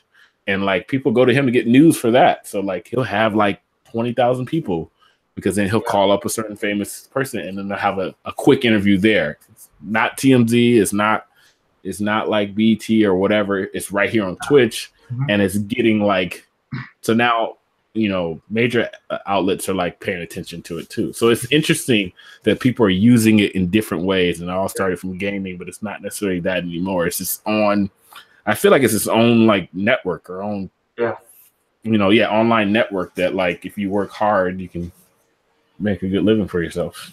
Yeah. Great. I don't ever see being able to do like juggle so many of these outlets and still actually have some other kind of job that I'm supposed to do as well. Yeah, right. There's been a lot of people you see to get big, and it's like, yo, guys, I'm able to quit my job. It'll get me. This will bring in $4,000 a month or whatever, you know. So I can do it now full time. But now I feel like we have a buddy, guys. You guys know him. Some of you guys know him. His name's Bernard Ong. He's like the head motion guy for WGN. But now you get into those like weird like TV station hours. I feel like, you know, like if you've ever worked in that type of field where like you have your stream schedule from 6 to midnight. I do the late stream on this, you know, and then like from 5 to 9, I do the mid-level stream. I feel like you become like a radio station or a thing at that point in terms of your sleep schedule, you know? Yeah. You're trying to hit those good markets. Yeah. Well, yeah, it's like open revenue, you know? Anytime you're not on, you're not making that money at some point. Right. But kind of like Dave Atsy said, hi, Dave. Hey, Dave. In the chat. Wow.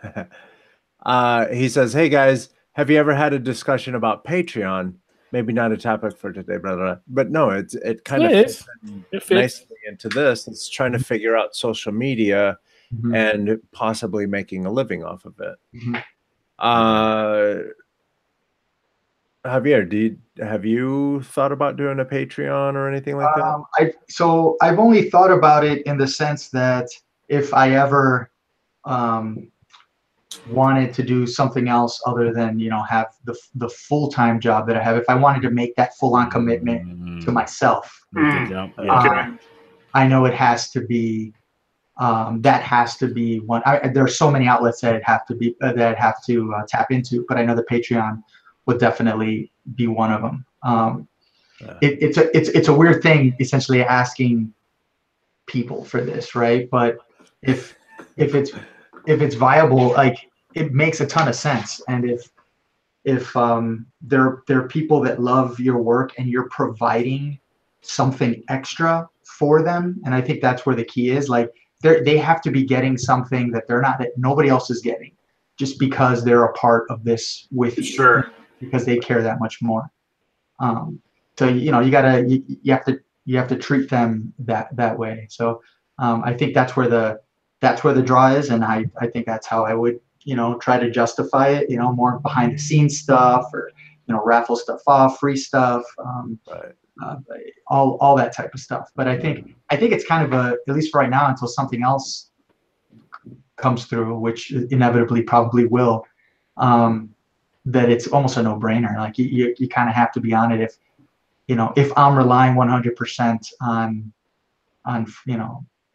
myself for a living. But I don't. We have one for the show. So if you guys listen to the audio version, you would know that we have.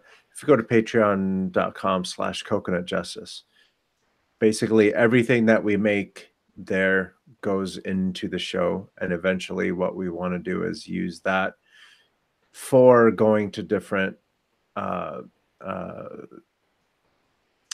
festivals or expos and stuff like that. Okay. Like the GZA you did, huh? Yeah, exactly. Yeah, exactly. We want to do more of that. We want to do, we want to let folks know that we're here. we're here every week, and we're still trying to figure out some of the stuff to make it a little more attractive, but now it's fine. It's super simple. There's 3 levels. Yeah. Pretty soon you'll be like Conan broadcasting at San Diego Comic-Con. That would be cool. That would be cool. Yeah. Might be.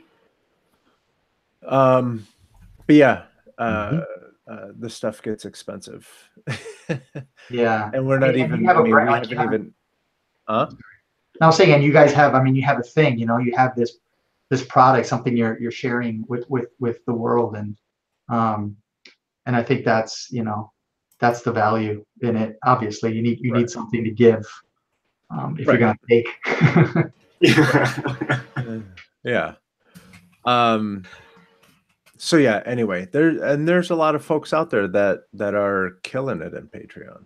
Yeah, there are so much information, so much things that they're what are they called? Patreons? The patrons are getting back in return. Yeah. Yeah. What was I going to say? Oh yeah. So, but that's another way to, before you go into it, if you don't have a good following, it's going to be an uphill climb. Yeah. I go to a lot of the Patreon meetings that they have with all the Patreon folks, and they one of the questions that's almost always asked is, what are you guys, the Patreon company, what are you doing for the community to help bring attention to the different people? And they're taking a they're not mean about it in any way, but they're very clear. They said, we aren't here to promote you. We're not going to have, like different banners and commercials and stuff for everyone. That's not what we're here for. It's going to dilute our attention, and we don't want that. You have to bring your followers to Patreon, and we facilitate you and doing that whole process, all of the potential money making things that they have available there. That's what they want to focus on. They don't want to focus on your marketing. Yeah. That works with tiers as well. Like, is that how that works? Just like kind of like Kickstarter in that way. You just kind of set up different tiers of based on how much you want to give. Yeah. Have you heard the founder talk? He's super. Guy from Pamplemousse. Yeah, he's super cool guy. I follow another one of the major YouTubers, Casey Neistat. He had a big, huge idea with him about how they can get Patreon to the next level and stuff like that in general as the platform, not necessarily as individuals like you're saying, but as a platform. And he was talking about how he wants to keep empowering creators. So whenever I hear that, he's super influential and like super genuine guy. Is what he sounds like, I think they're going to do big things with it if they keep pushing it, but keeping people in mind that you have to work, you have to bring your audience, but we're going to make sure that the platform is the best it can be, And then Noel in the chat says, I don't know if I like. I think there should be a comment. I don't know. If I like an artist who is there. She's support. Getting something, but I super appreciate what I've gotten from the Patreon that I support monthly. That's cool. That's the biggest thing. That's the goal, right? Like if you're getting something out of the people you are supporting on Patreon each month from an information or stuff and stuff like that, that's great. That's the best thing. Right. Yeah. And again, all of this is it's free market research. If you're on Instagram and you have 30 followers, you might not want to start a Patreon yet, And I say things in a kind of a funny way, but I'm being serious. Like, if you don't have that many people following you on Instagram where they're consuming your product for free, Yeah. What makes you think they're going to want to pay for it? Right. Now the heat check, basketball term, the heat check for your artwork is if you do have a couple thousand Instagram followers, then you can start playing with Patreon. And then just what I would say is, try to get out there and ask people what they want to see from you. If I started a Patreon, what kind of thing? I've seen those stories even on Instagram. Hey, don't know, but I'm thinking of starting a Patreon. Would you guys be interested? Yes or no? What kind of things would you like to see? Yeah. And the cool thing about Patreon is it's pretty flexible. And you can change things, you can add things, you can move things, delete things, do all kinds of stuff. Yeah. But you have to be very careful with that too, because people are very temperamental. That people don't like change.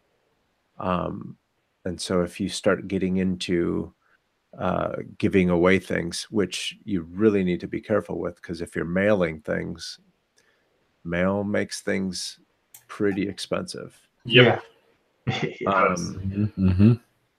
But take a look at what people want to see, what people want to see from you specifically. Yeah. And do your research. There's a lot of helpful information out there for you if you want to use your art to make a living. Yeah. Yeah, I know for me it was about since I had been so inconsistent in the past and went through a bout of a few years without even really posting consistently or much of anything.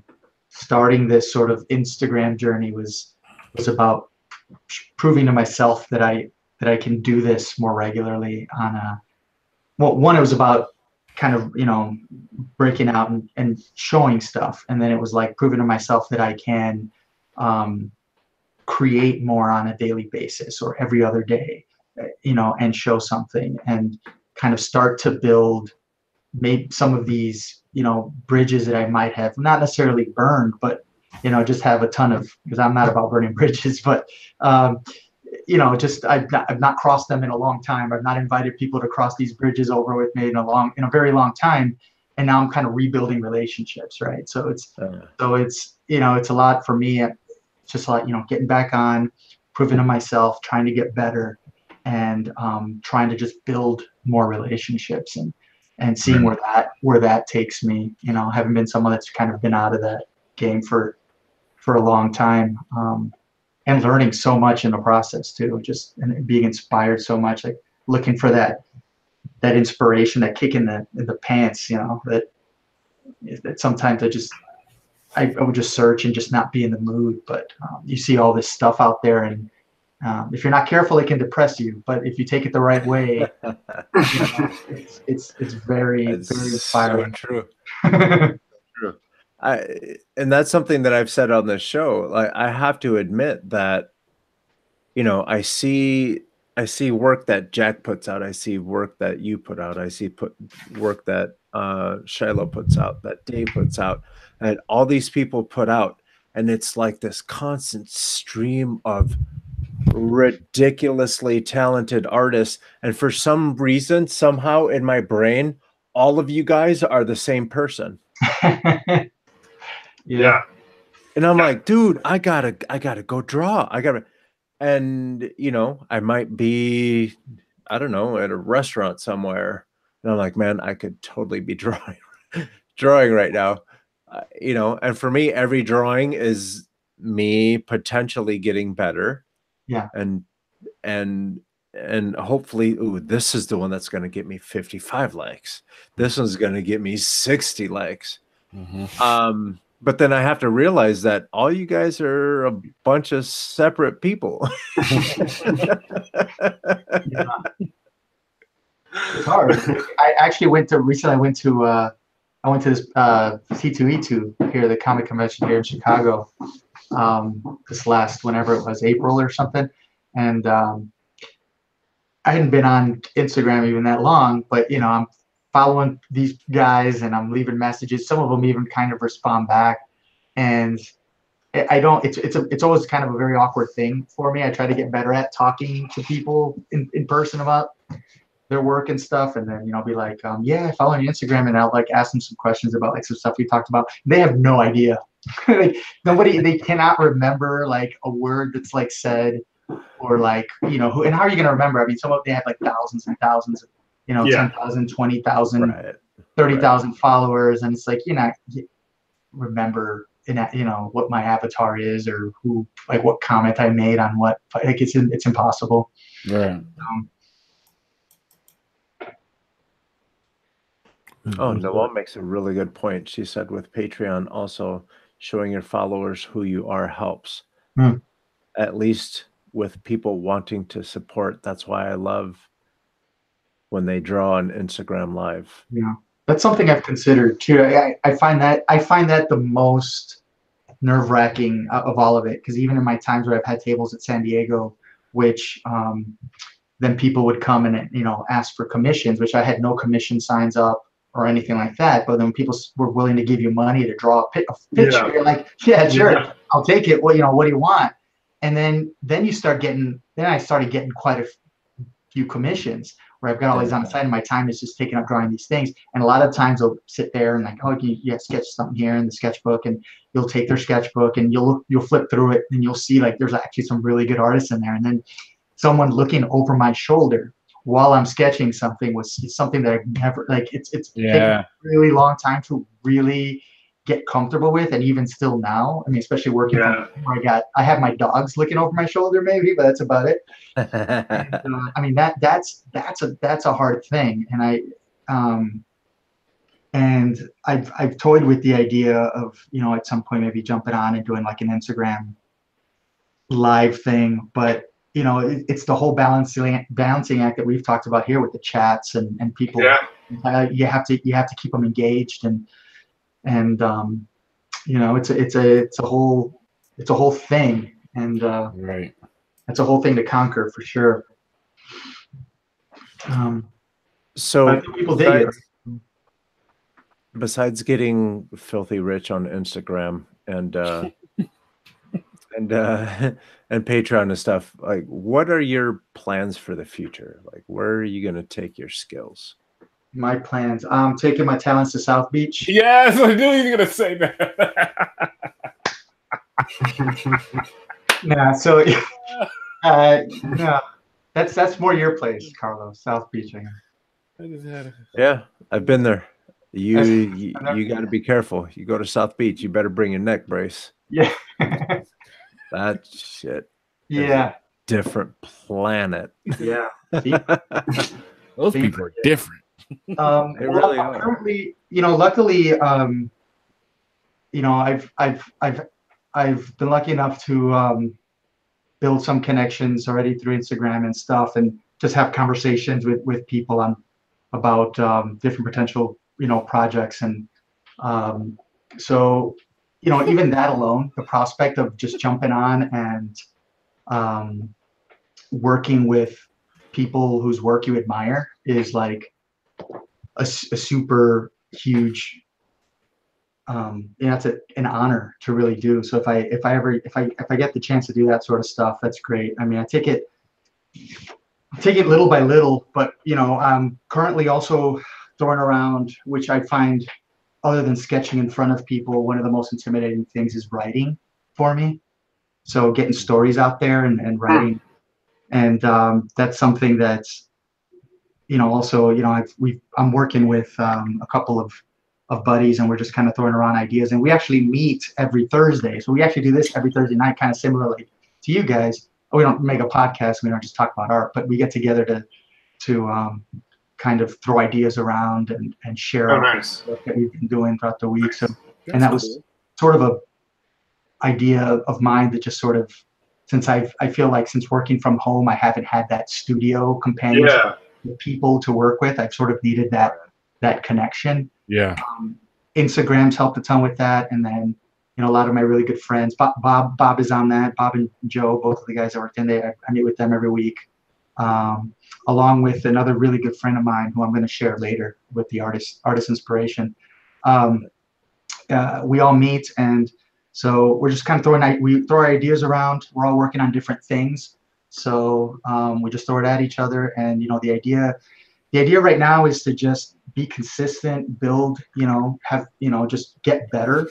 People have, build a followership there, and, potentially hit Kickstarter with a story or an idea for maybe, funds for publishing or something like that. It's something small and simple at first, and maybe get back into like a little bit of the con circuit, maybe more local, kind of showing stuff there.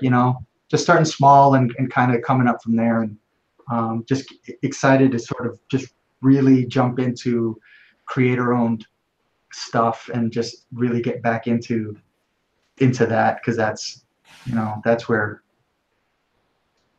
the passion is, that's where you get excited for it the most. It's a good thing when you're working during the day on something and you can't stop thinking about the other thing that you want to work on. It's a good thing and a bad thing, but for sure, yeah. No, that's good stuff. Yeah, taking it slow though, because I know there's a lot of steps in between. So I think there'll definitely be a Kickstarter on something before there is a Patreon of any kind. Nice. So no, that's good. That's good. Yeah. There's a saying,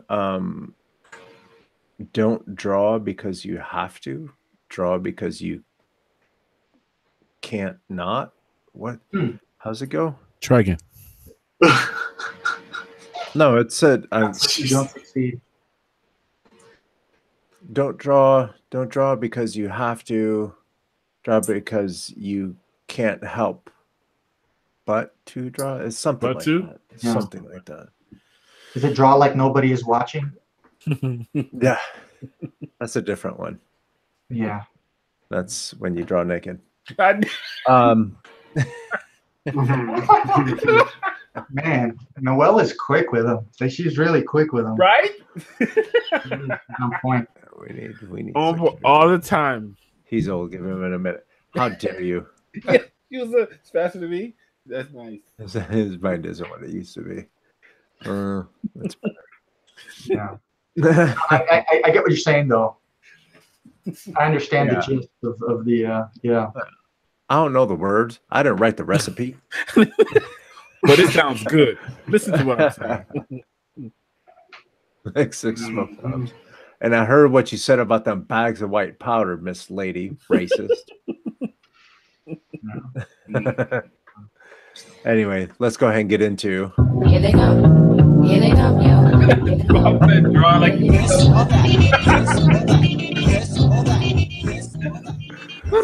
Bob comes in with the fire right when the music starts. Bob Rosetto in the chat says, Draw it like you stole it. What does that mean?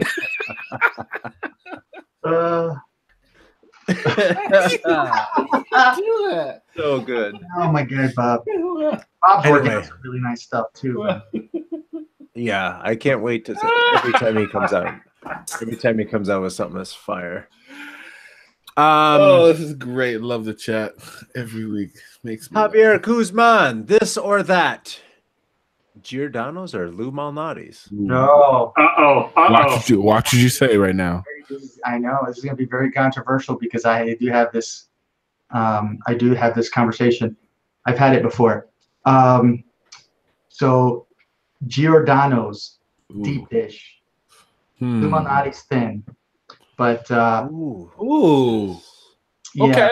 But you know what it is though? The sauce on Lou Malnati sometimes it's very zesty, like it's very, but like it kind of gets to me after a while, and I don't like in your stomach. Yeah, I don't like their sausage. They do it's like a brick, like it's like a whole layer of mortar sausage.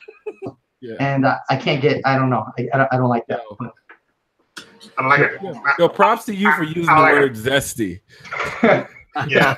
You get first time on the show. It's zesty. Props. It's zesty, and everybody was like, "Yeah, okay, I get it." We see you, boy. Yeah, son. I was like, all right, yeah. I guess.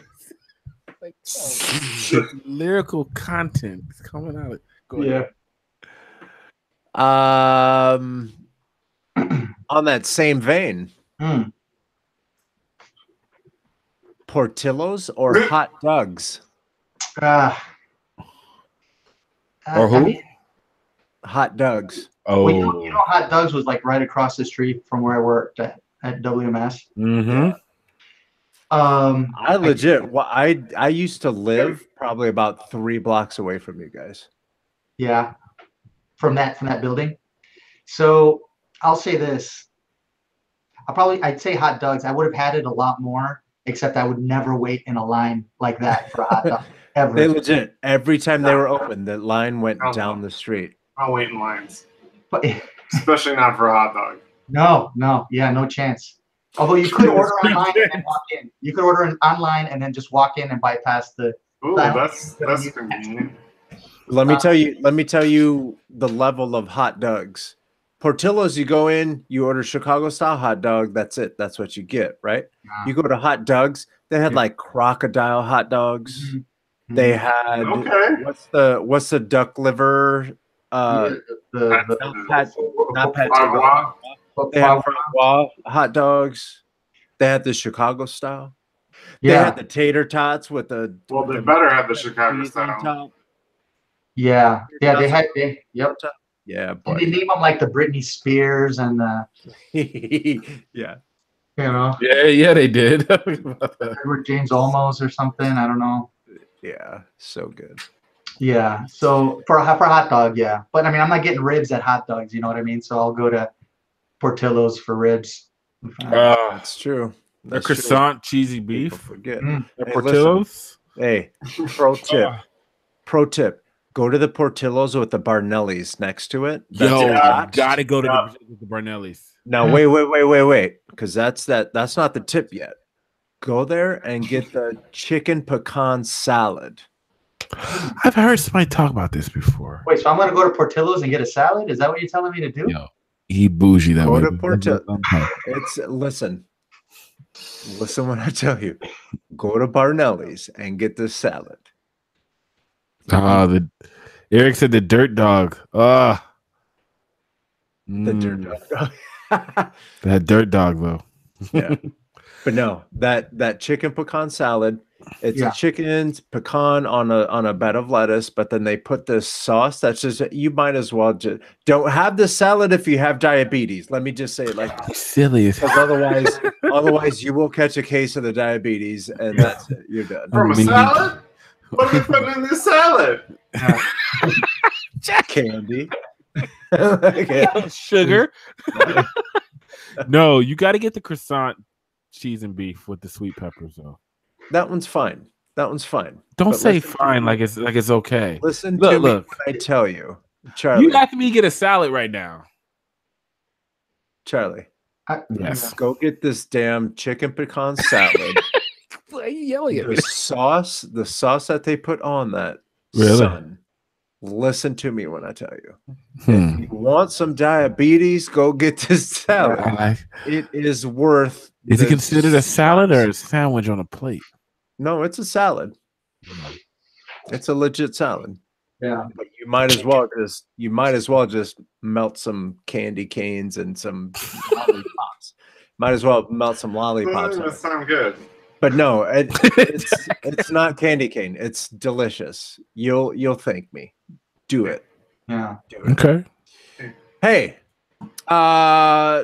this can go one of two ways. You can either think it as art, or you can think of it as music. Would you prefer Still of the Night or I Like to Move It? I don't even know what's happening. Me neither.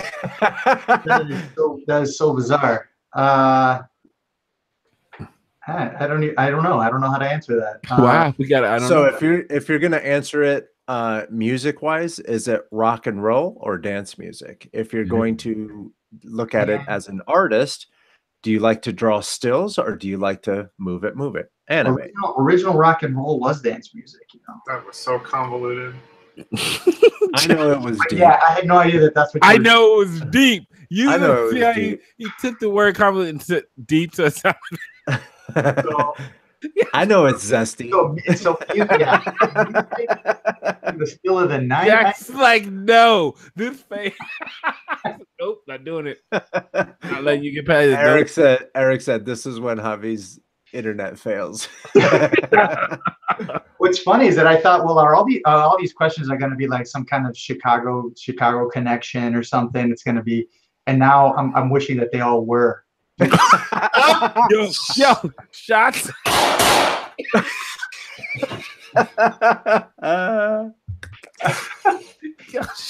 Yeah, there we go. You know what? If you want, I can transition us out of this. Yeah. And that's that. I have a couple more. Bet you do. You go ride this out, huh? So do you want to? Okay, so let's go like this. Would you rather draw stills like illustrations, or would you rather animate? Yeah. Yeah. About that. Yeah. So yeah, that's probably long. I'd like to draw illustrations that feel like they're moving, I guess. I like animation, but it's I think lately I'm a little bit more. I haven't been doing it because it's so much more of a time sink, and so that's why I found myself into getting more into like the character development and character design arenas, you know, and playing with that, but still bringing some of that animation sensibility to that I've learned and that I grew up loving into my work. So I think that's where a little bit of that comes from. So I'm kind of torn. But if I like art, it's certainly because it's either animation related, like animation art of books, or a style that really you might look at and consider like an animated style, like it's maybe broken down a little simpler into shapes, and it's very fluid and stuff like that. Even though I'm in awe of people can do with these illustrations, but yeah, that's not answering your question. There you go. No, it does. Yeah. Way to cover for us. Also rock and roll. Nice.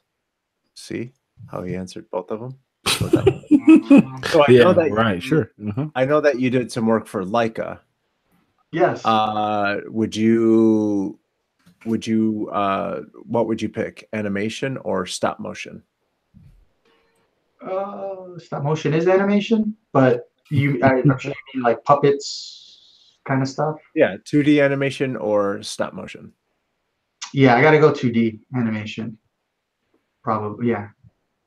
Cool. I mean, you're making me pick. I guess I have to. All right, last one, Yeah. and this is something that we talked about earlier. Would you rather dunk or shoot 3-pointers? Oh, dude. Come on now. Dunk all day. That's a no-brainer for some dude that's 6'4". Dunk all day. If you would have said 3-pointer, I would have took his card. The feeling. Dunk. How about dunk from the 3-point line? The feeling you get when you dunk on somebody? Oh man, it's I missed that, but thanks for depressing me. Yeah, I'm going to into a spiral, a deep dark spiral. Again. I'm not going to post anything for months now. Perfect. You just gotta go to a park and just run and just grab the rim with 2 hands. I can't. Not anymore. My knees are shot. And Don't can. It's not a word in your vocabulary. I'll bring the ladder. I'll bring the. You just gotta stretch. Old, you just gotta stretch. That's what old people gotta do. You just gotta stretch. Exactly. You see that? Bob Rosetto said Steve Kerr is crying somewhere. He's actually out here by me. Steve Kerr is. I don't even know who Steve Kerr is. That's amazing, Bob. I give him credit for that. Back up. Right. What'd you just say? You don't know who Steve Kerr is? No, he does. I'm amazed that he knows. Oh, Bob. Okay, I thought you were talking about. I thought you were saying you. I thought Steve Kerr's still here. No, he's head coach of the Golden State Warriors. No. Forgot. So it's really cool whenever they go on like a winning streak or whatever. They always ask him about playing with Michael Jordan. I'm like, yeah. I know. Hey, remember that I time watched in the face by Michael Jordan? Yeah. Did you hear that? Yeah. That's what happens when you get mouthy sometimes. Always like Horace Grant. Horace Grant just brought that back up in an interview lately. I was like, cool. That's not cool. Come on. Let's quit doing that. And he's gonna be like, sorry, Steve. Like that don't count in the interview. You've already. But to be fair, you know how many people got pushed around and jacked in the face by Michael Jordan? Yeah. Around. You know, Kurt's gonna end up having more rings than Jordan at the end of the day. How many you got right now? 5, including coaching. Yes. Yeah, I think he's got 5.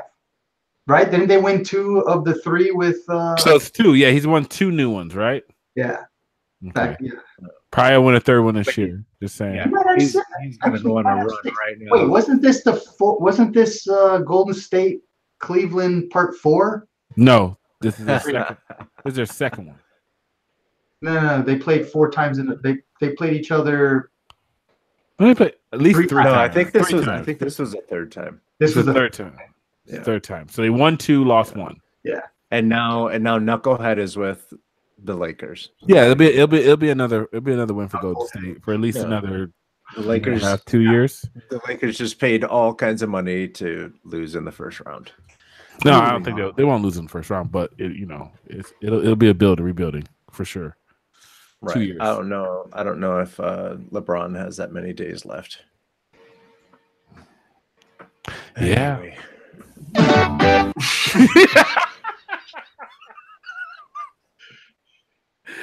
Oh, Jack's soundboard's great.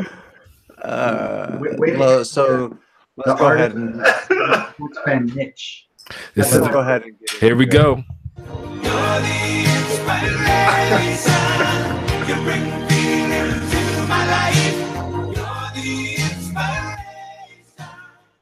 This week, I'm going to introduce you guys to Rob Joseph. Oh, get it. Rob Joseph. A name for you.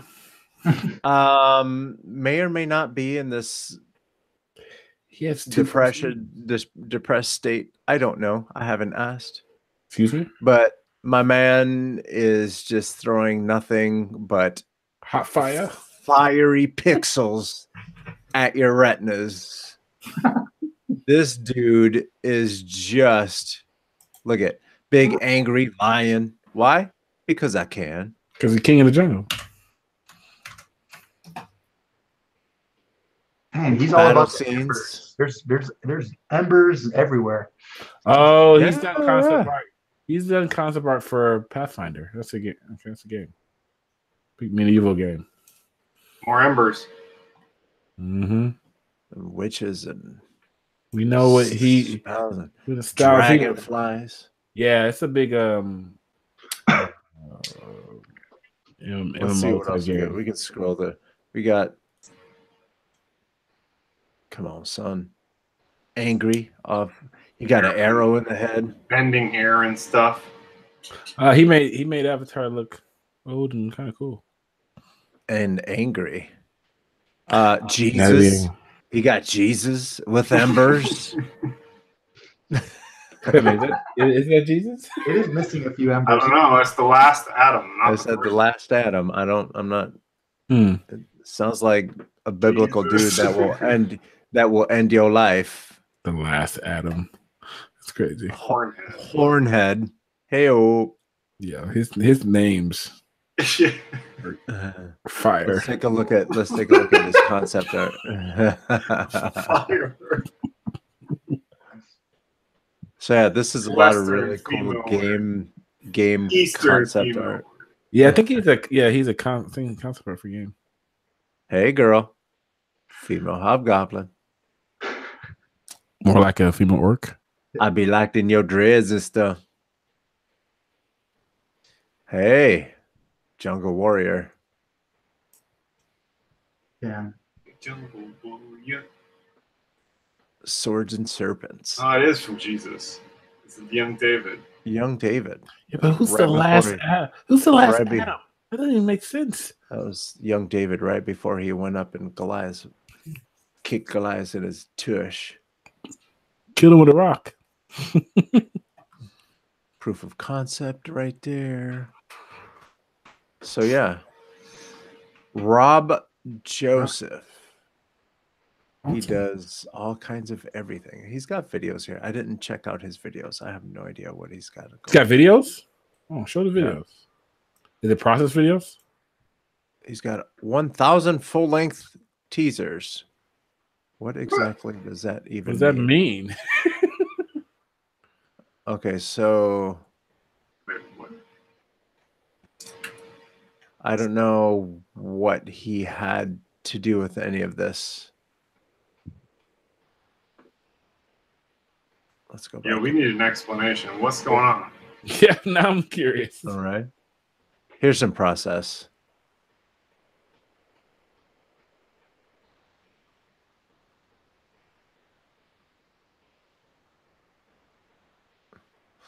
Maybe we can get to the embers part.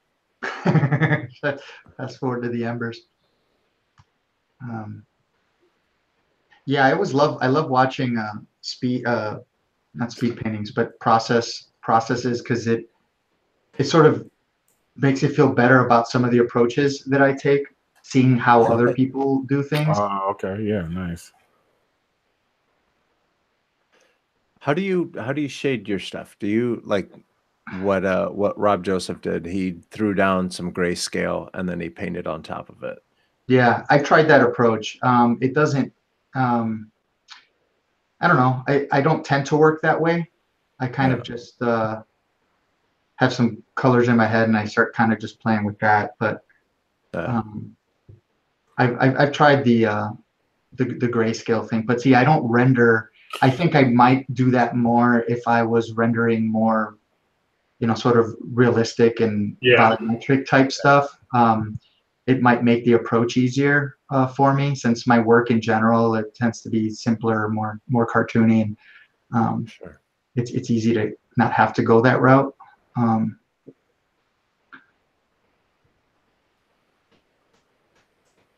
That looks like someone I know from Hollywood. So yeah, anyway, we will have embers. Yeah, buddy. Yeah. So yeah, rob-joseph.com. Dude's work is hella tight. Let's see, he's even got a blog. He talks about doing this landscape. I like the blogs. Yeah. So anyway, there you go. Little concept art dude. Very cool. Mm-hmm. Good job. Nice, Carlos. All right. I am next. Time to hit you with the heat. Fire. Hot fire. Dial on. Sorry. All right. So for my pick this week, I have a young lady who is a badass. As soon as I can get this right. There you go. Can you guys see it? Man, she looks just like Tupac. Quiet. Yes. So her name is Unorthodox Fox. Her name is Lauren Ulemi. She does portraits, and she just does a bunch of different stuff. But this young lady is amazing at how she renders her pieces.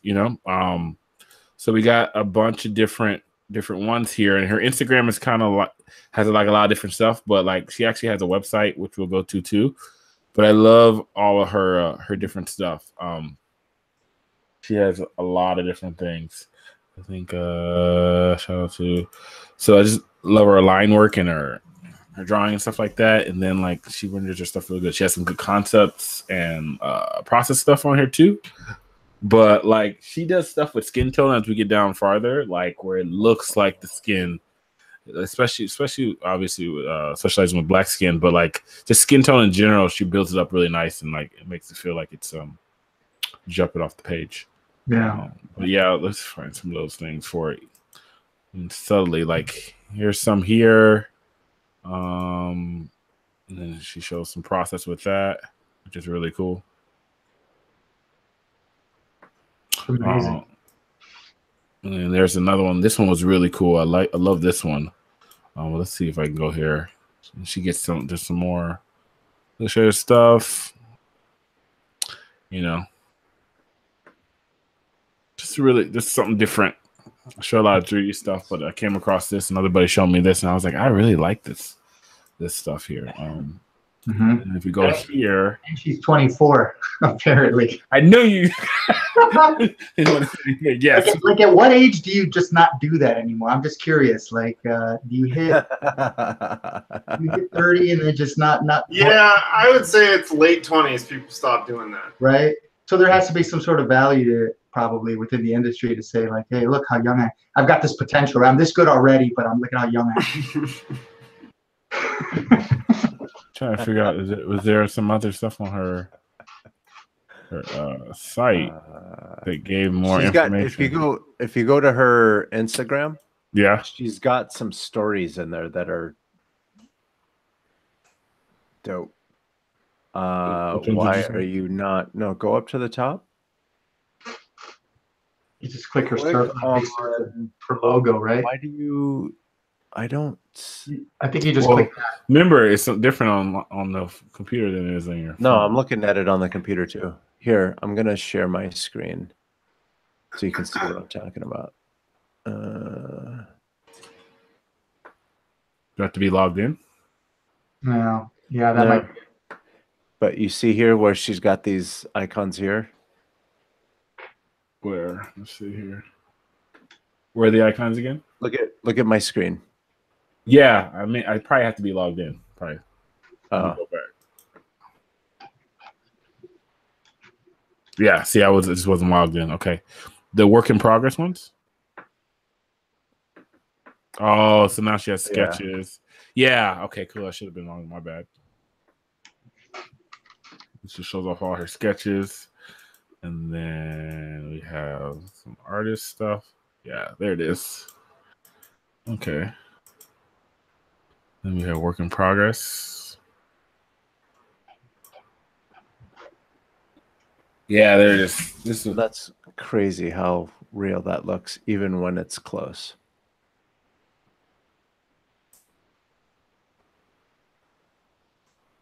Whoa.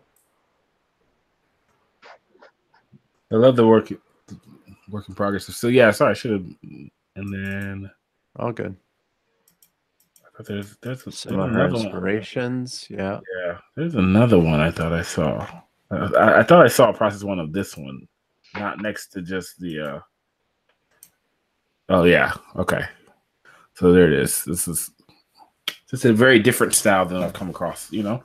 Yeah, it is. That's bananas. Mm-hmm. Just like there's levels of like lighter brown meets dark. It feels like skin tone. More so than just like a really nice rendered solid color with maybe two tones or two tones for shading. It feels like a lot more. Yeah. So yep. Oh, Charlie, you know what you can do? Scroll all the way to the top. Yep. And then you see where it says tagged. Click on that. Where it says tagged? Where? Right. Go down. Oh, right here? Yeah.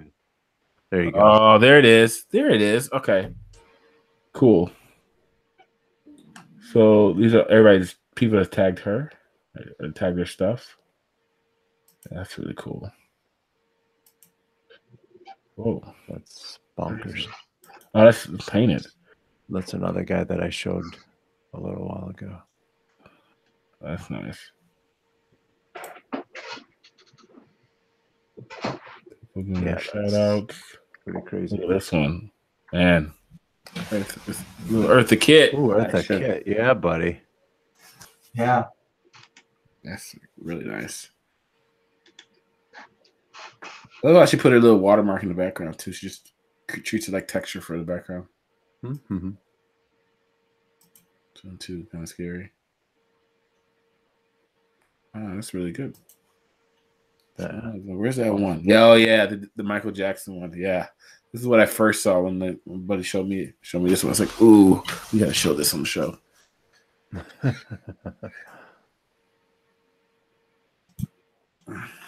cool. Yeah, even this one. And then she gets, and just different. She goes different styles too. That's kind of cool too.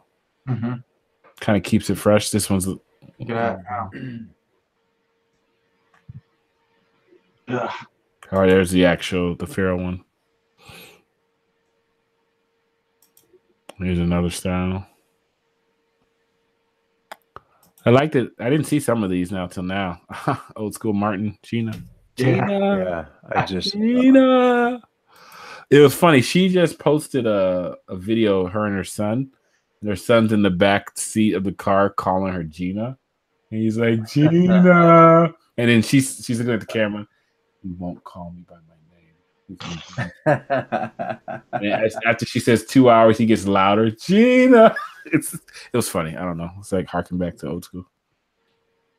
Oh wow, look at that one.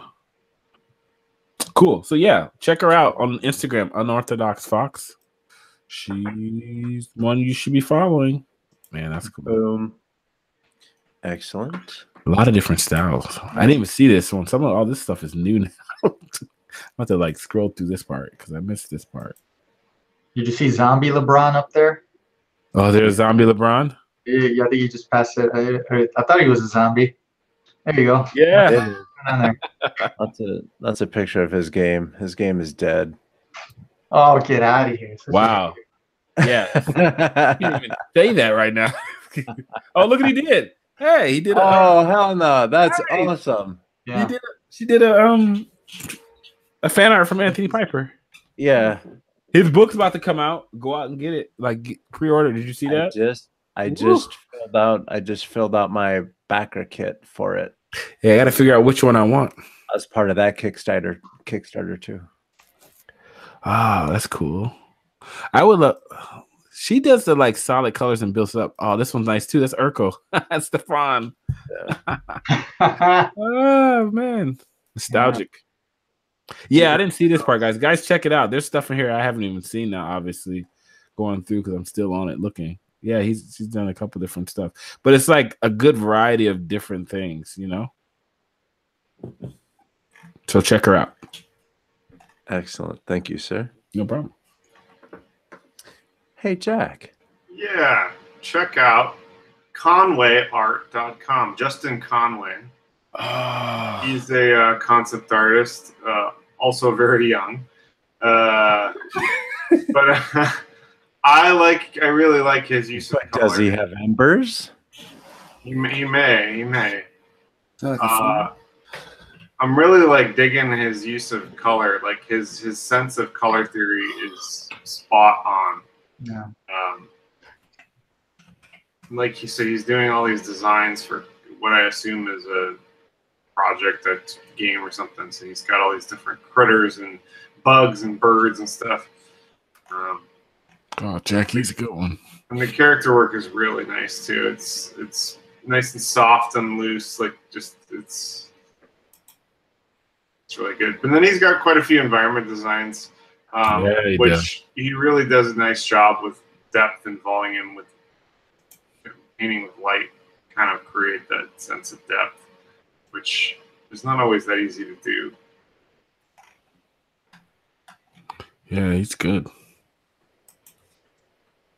Yeah, and he's just building all these random props for this world that are just so spot on. I would love to see this whole thing rendered in a world moving. Yeah, check out ConwayArt.com. Yeah, rendering like that blows my mind. So good.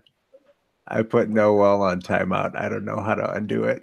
What did you do? I told her she was going to go on timeout. She didn't listen. Wow. All the messages are deleted. I thought, were they really? Deleted all her previous. All of them. Oh no! Did you just ban her? Look, I think you just banned Noelle. Noelle, we'll get you back on.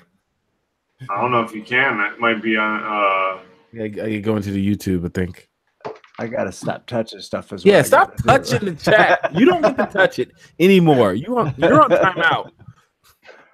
I want to undo the timeout. Yeah, Javier, do you have a guest to share?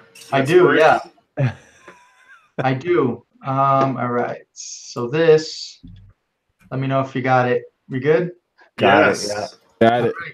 This is my buddy, Enrique Rivera, also a fellow Puerto Rican artist. Yeah, son. Fortunate enough to work with this guy back at WMS years ago too. He left for greener pastures. He's now working at Retro Studios, which is the only Nintendo, the only U.S.-based Nintendo company. So he's a concept artist there for Nintendo. So his stuff, and I love this guy. He's a great guy. He's one of the guys that we're throwing around story ideas with and book ideas with. But you know, he's just got this great sort of comic, the shapes that he uses, and just he's really great with caricature work and just the style to his lines and his line work. Some of his last Inktober stuff from like last year would really, but I'll try to dig some of that up now. It really kind of blew my mind seeing him do that stuff. So once he left us, he kind of really started getting into concept work and his rendering work. Just still pretty flat. He's done other ones where he's painted, done more rendered work, but that's it in there with his baby. So yeah, I mean, he's an inker, writer of his own comics here and there. Posts some a lot of sketchbook stuff. The guy lives in his sketchbook. So I think this is one of his finished sketchbooks. He just kind of flips through. So this is one of those guys that make me feel like I'm just not drawing enough. If you know those guys, right? He'll fill like 3 or 4 sketchbooks a year. Oh my goodness. It's just let me see if we can get some let's see here. So yeah, he really into fantasy stuff, fantasy work, and it's into like goblins and orcs and all types of stuff like that. Let's see. Try to find some of his older. We gotta look at some of this stuff here. See, these are a lot of his own like personal character explorations for stories and stuff that he's thinking up. So for me, it's sort of right in my wheelhouse of the type of stuff that kind of things to me in terms of you know, just yeah. So this is some of his Inktober stuff from last year. Oh, nice. Cool. I mean, and seeing him work these illustrations just in ink washes, you know, just some really phenomenal stuff. Like his use of his brush pens and his brushes. Actually, brushes, not brush pens. I think he just tends to use more actual ink and brush, you know, but. Just some really appealing stuff, you know, a lot of charm in his work, and just love the way he lays stuff out. So that is cool. Yeah, just a lot of really fun stuff. There was one particular that was kind of grabbing me. Let's see if I can find it here. I remember seeing it. I don't know, all of these at some point were just like, you know, just gets really bold with shit, and he's always pushing shapes, you know, which is what really stands out to me when I look at work. Like he's always trying to simplify, always trying to find a shape or less lines to convey the message that he's trying to convey. So it's always sort of about less and not more with him. But yeah, really talented dude and a good friend of mine. Lucky to be able to meet up with him every week to talk art and stuff. So yeah, that's awesome. Yeah, great stuff from this guy. So Enrique Rivera, Enrique 6 or three Enrique 6. Yeah. That's cool. And we'll have that link in the show notes, so it'll be easy to find him, because I am following him now and it's already worth it. Dude's work is amazing. Amazing, boss. And he's so and his thing too is just like majority traditional, you know, which is what I'm trying to jump back more into, because it's so easy to just sit at the computer and use the certain crutches that a computer can provide you, but nothing beats, you know, sitting down and really being able to hammer out traditional work, and people respond to it and you actually have something tangible, you know. Yeah. Which is the thing all in of itself. That's awesome. I like it. It's great. Cool.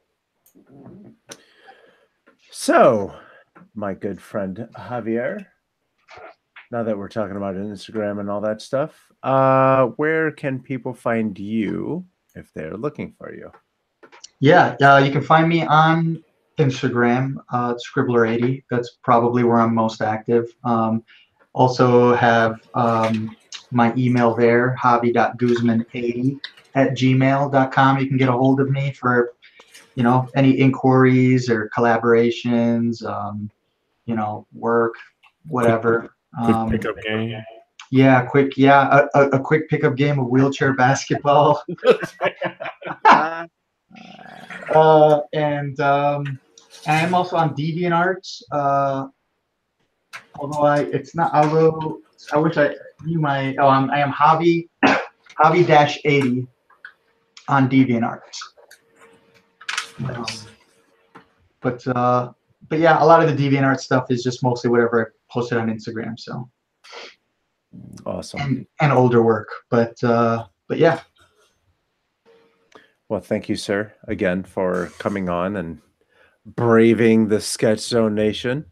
Yeah, man, it was a lot of fun. Thank you guys for. Yeah, great time. Hey, Charlie, if people are looking for you online, where can they find you? Oh, I'm glad you asked. You can find me on a couple different places. You can find me on my website, carlcollector.com/Charlie B. Williams. You can find me on Instagram, instagram.com/CharlieBW3, Twitter, CBW3, at Almighty Pinterest. I have a great Pinterest following, great page. Go get it in your life. It's pinterest.com/ you guessed it, CharlieBW3, and check it out. Get it in your life. Excellent. How about you, Jack? You can find me at sketchbookjack.com and sketchbookjack everywhere else. See how easy and clean that is. Mine was easy and clean. Let's have you fumble through yours. Go ahead. Where can they find you? My name is Carlos. You can find me at coconutjustice.com or Coconut Justice everywhere else. So sloppy and messy. I got to tighten up my game for sure. You can find me on platforms nobody uses anymore. You can find me on MySpace. Yeah, that's right. I think I do still have a MySpace page out there somewhere. Hey, so yeah, otherwise, Coconut Justice literally everywhere, even on Twitch. Come hang out with me on Twitch. I promise not to block you. I don't know. I put it on timeout.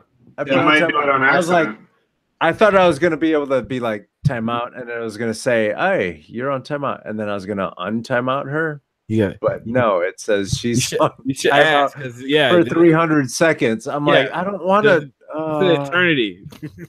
Oh man. So anyway. So and this is obviously episode 151 of Sketch Zone Podcast.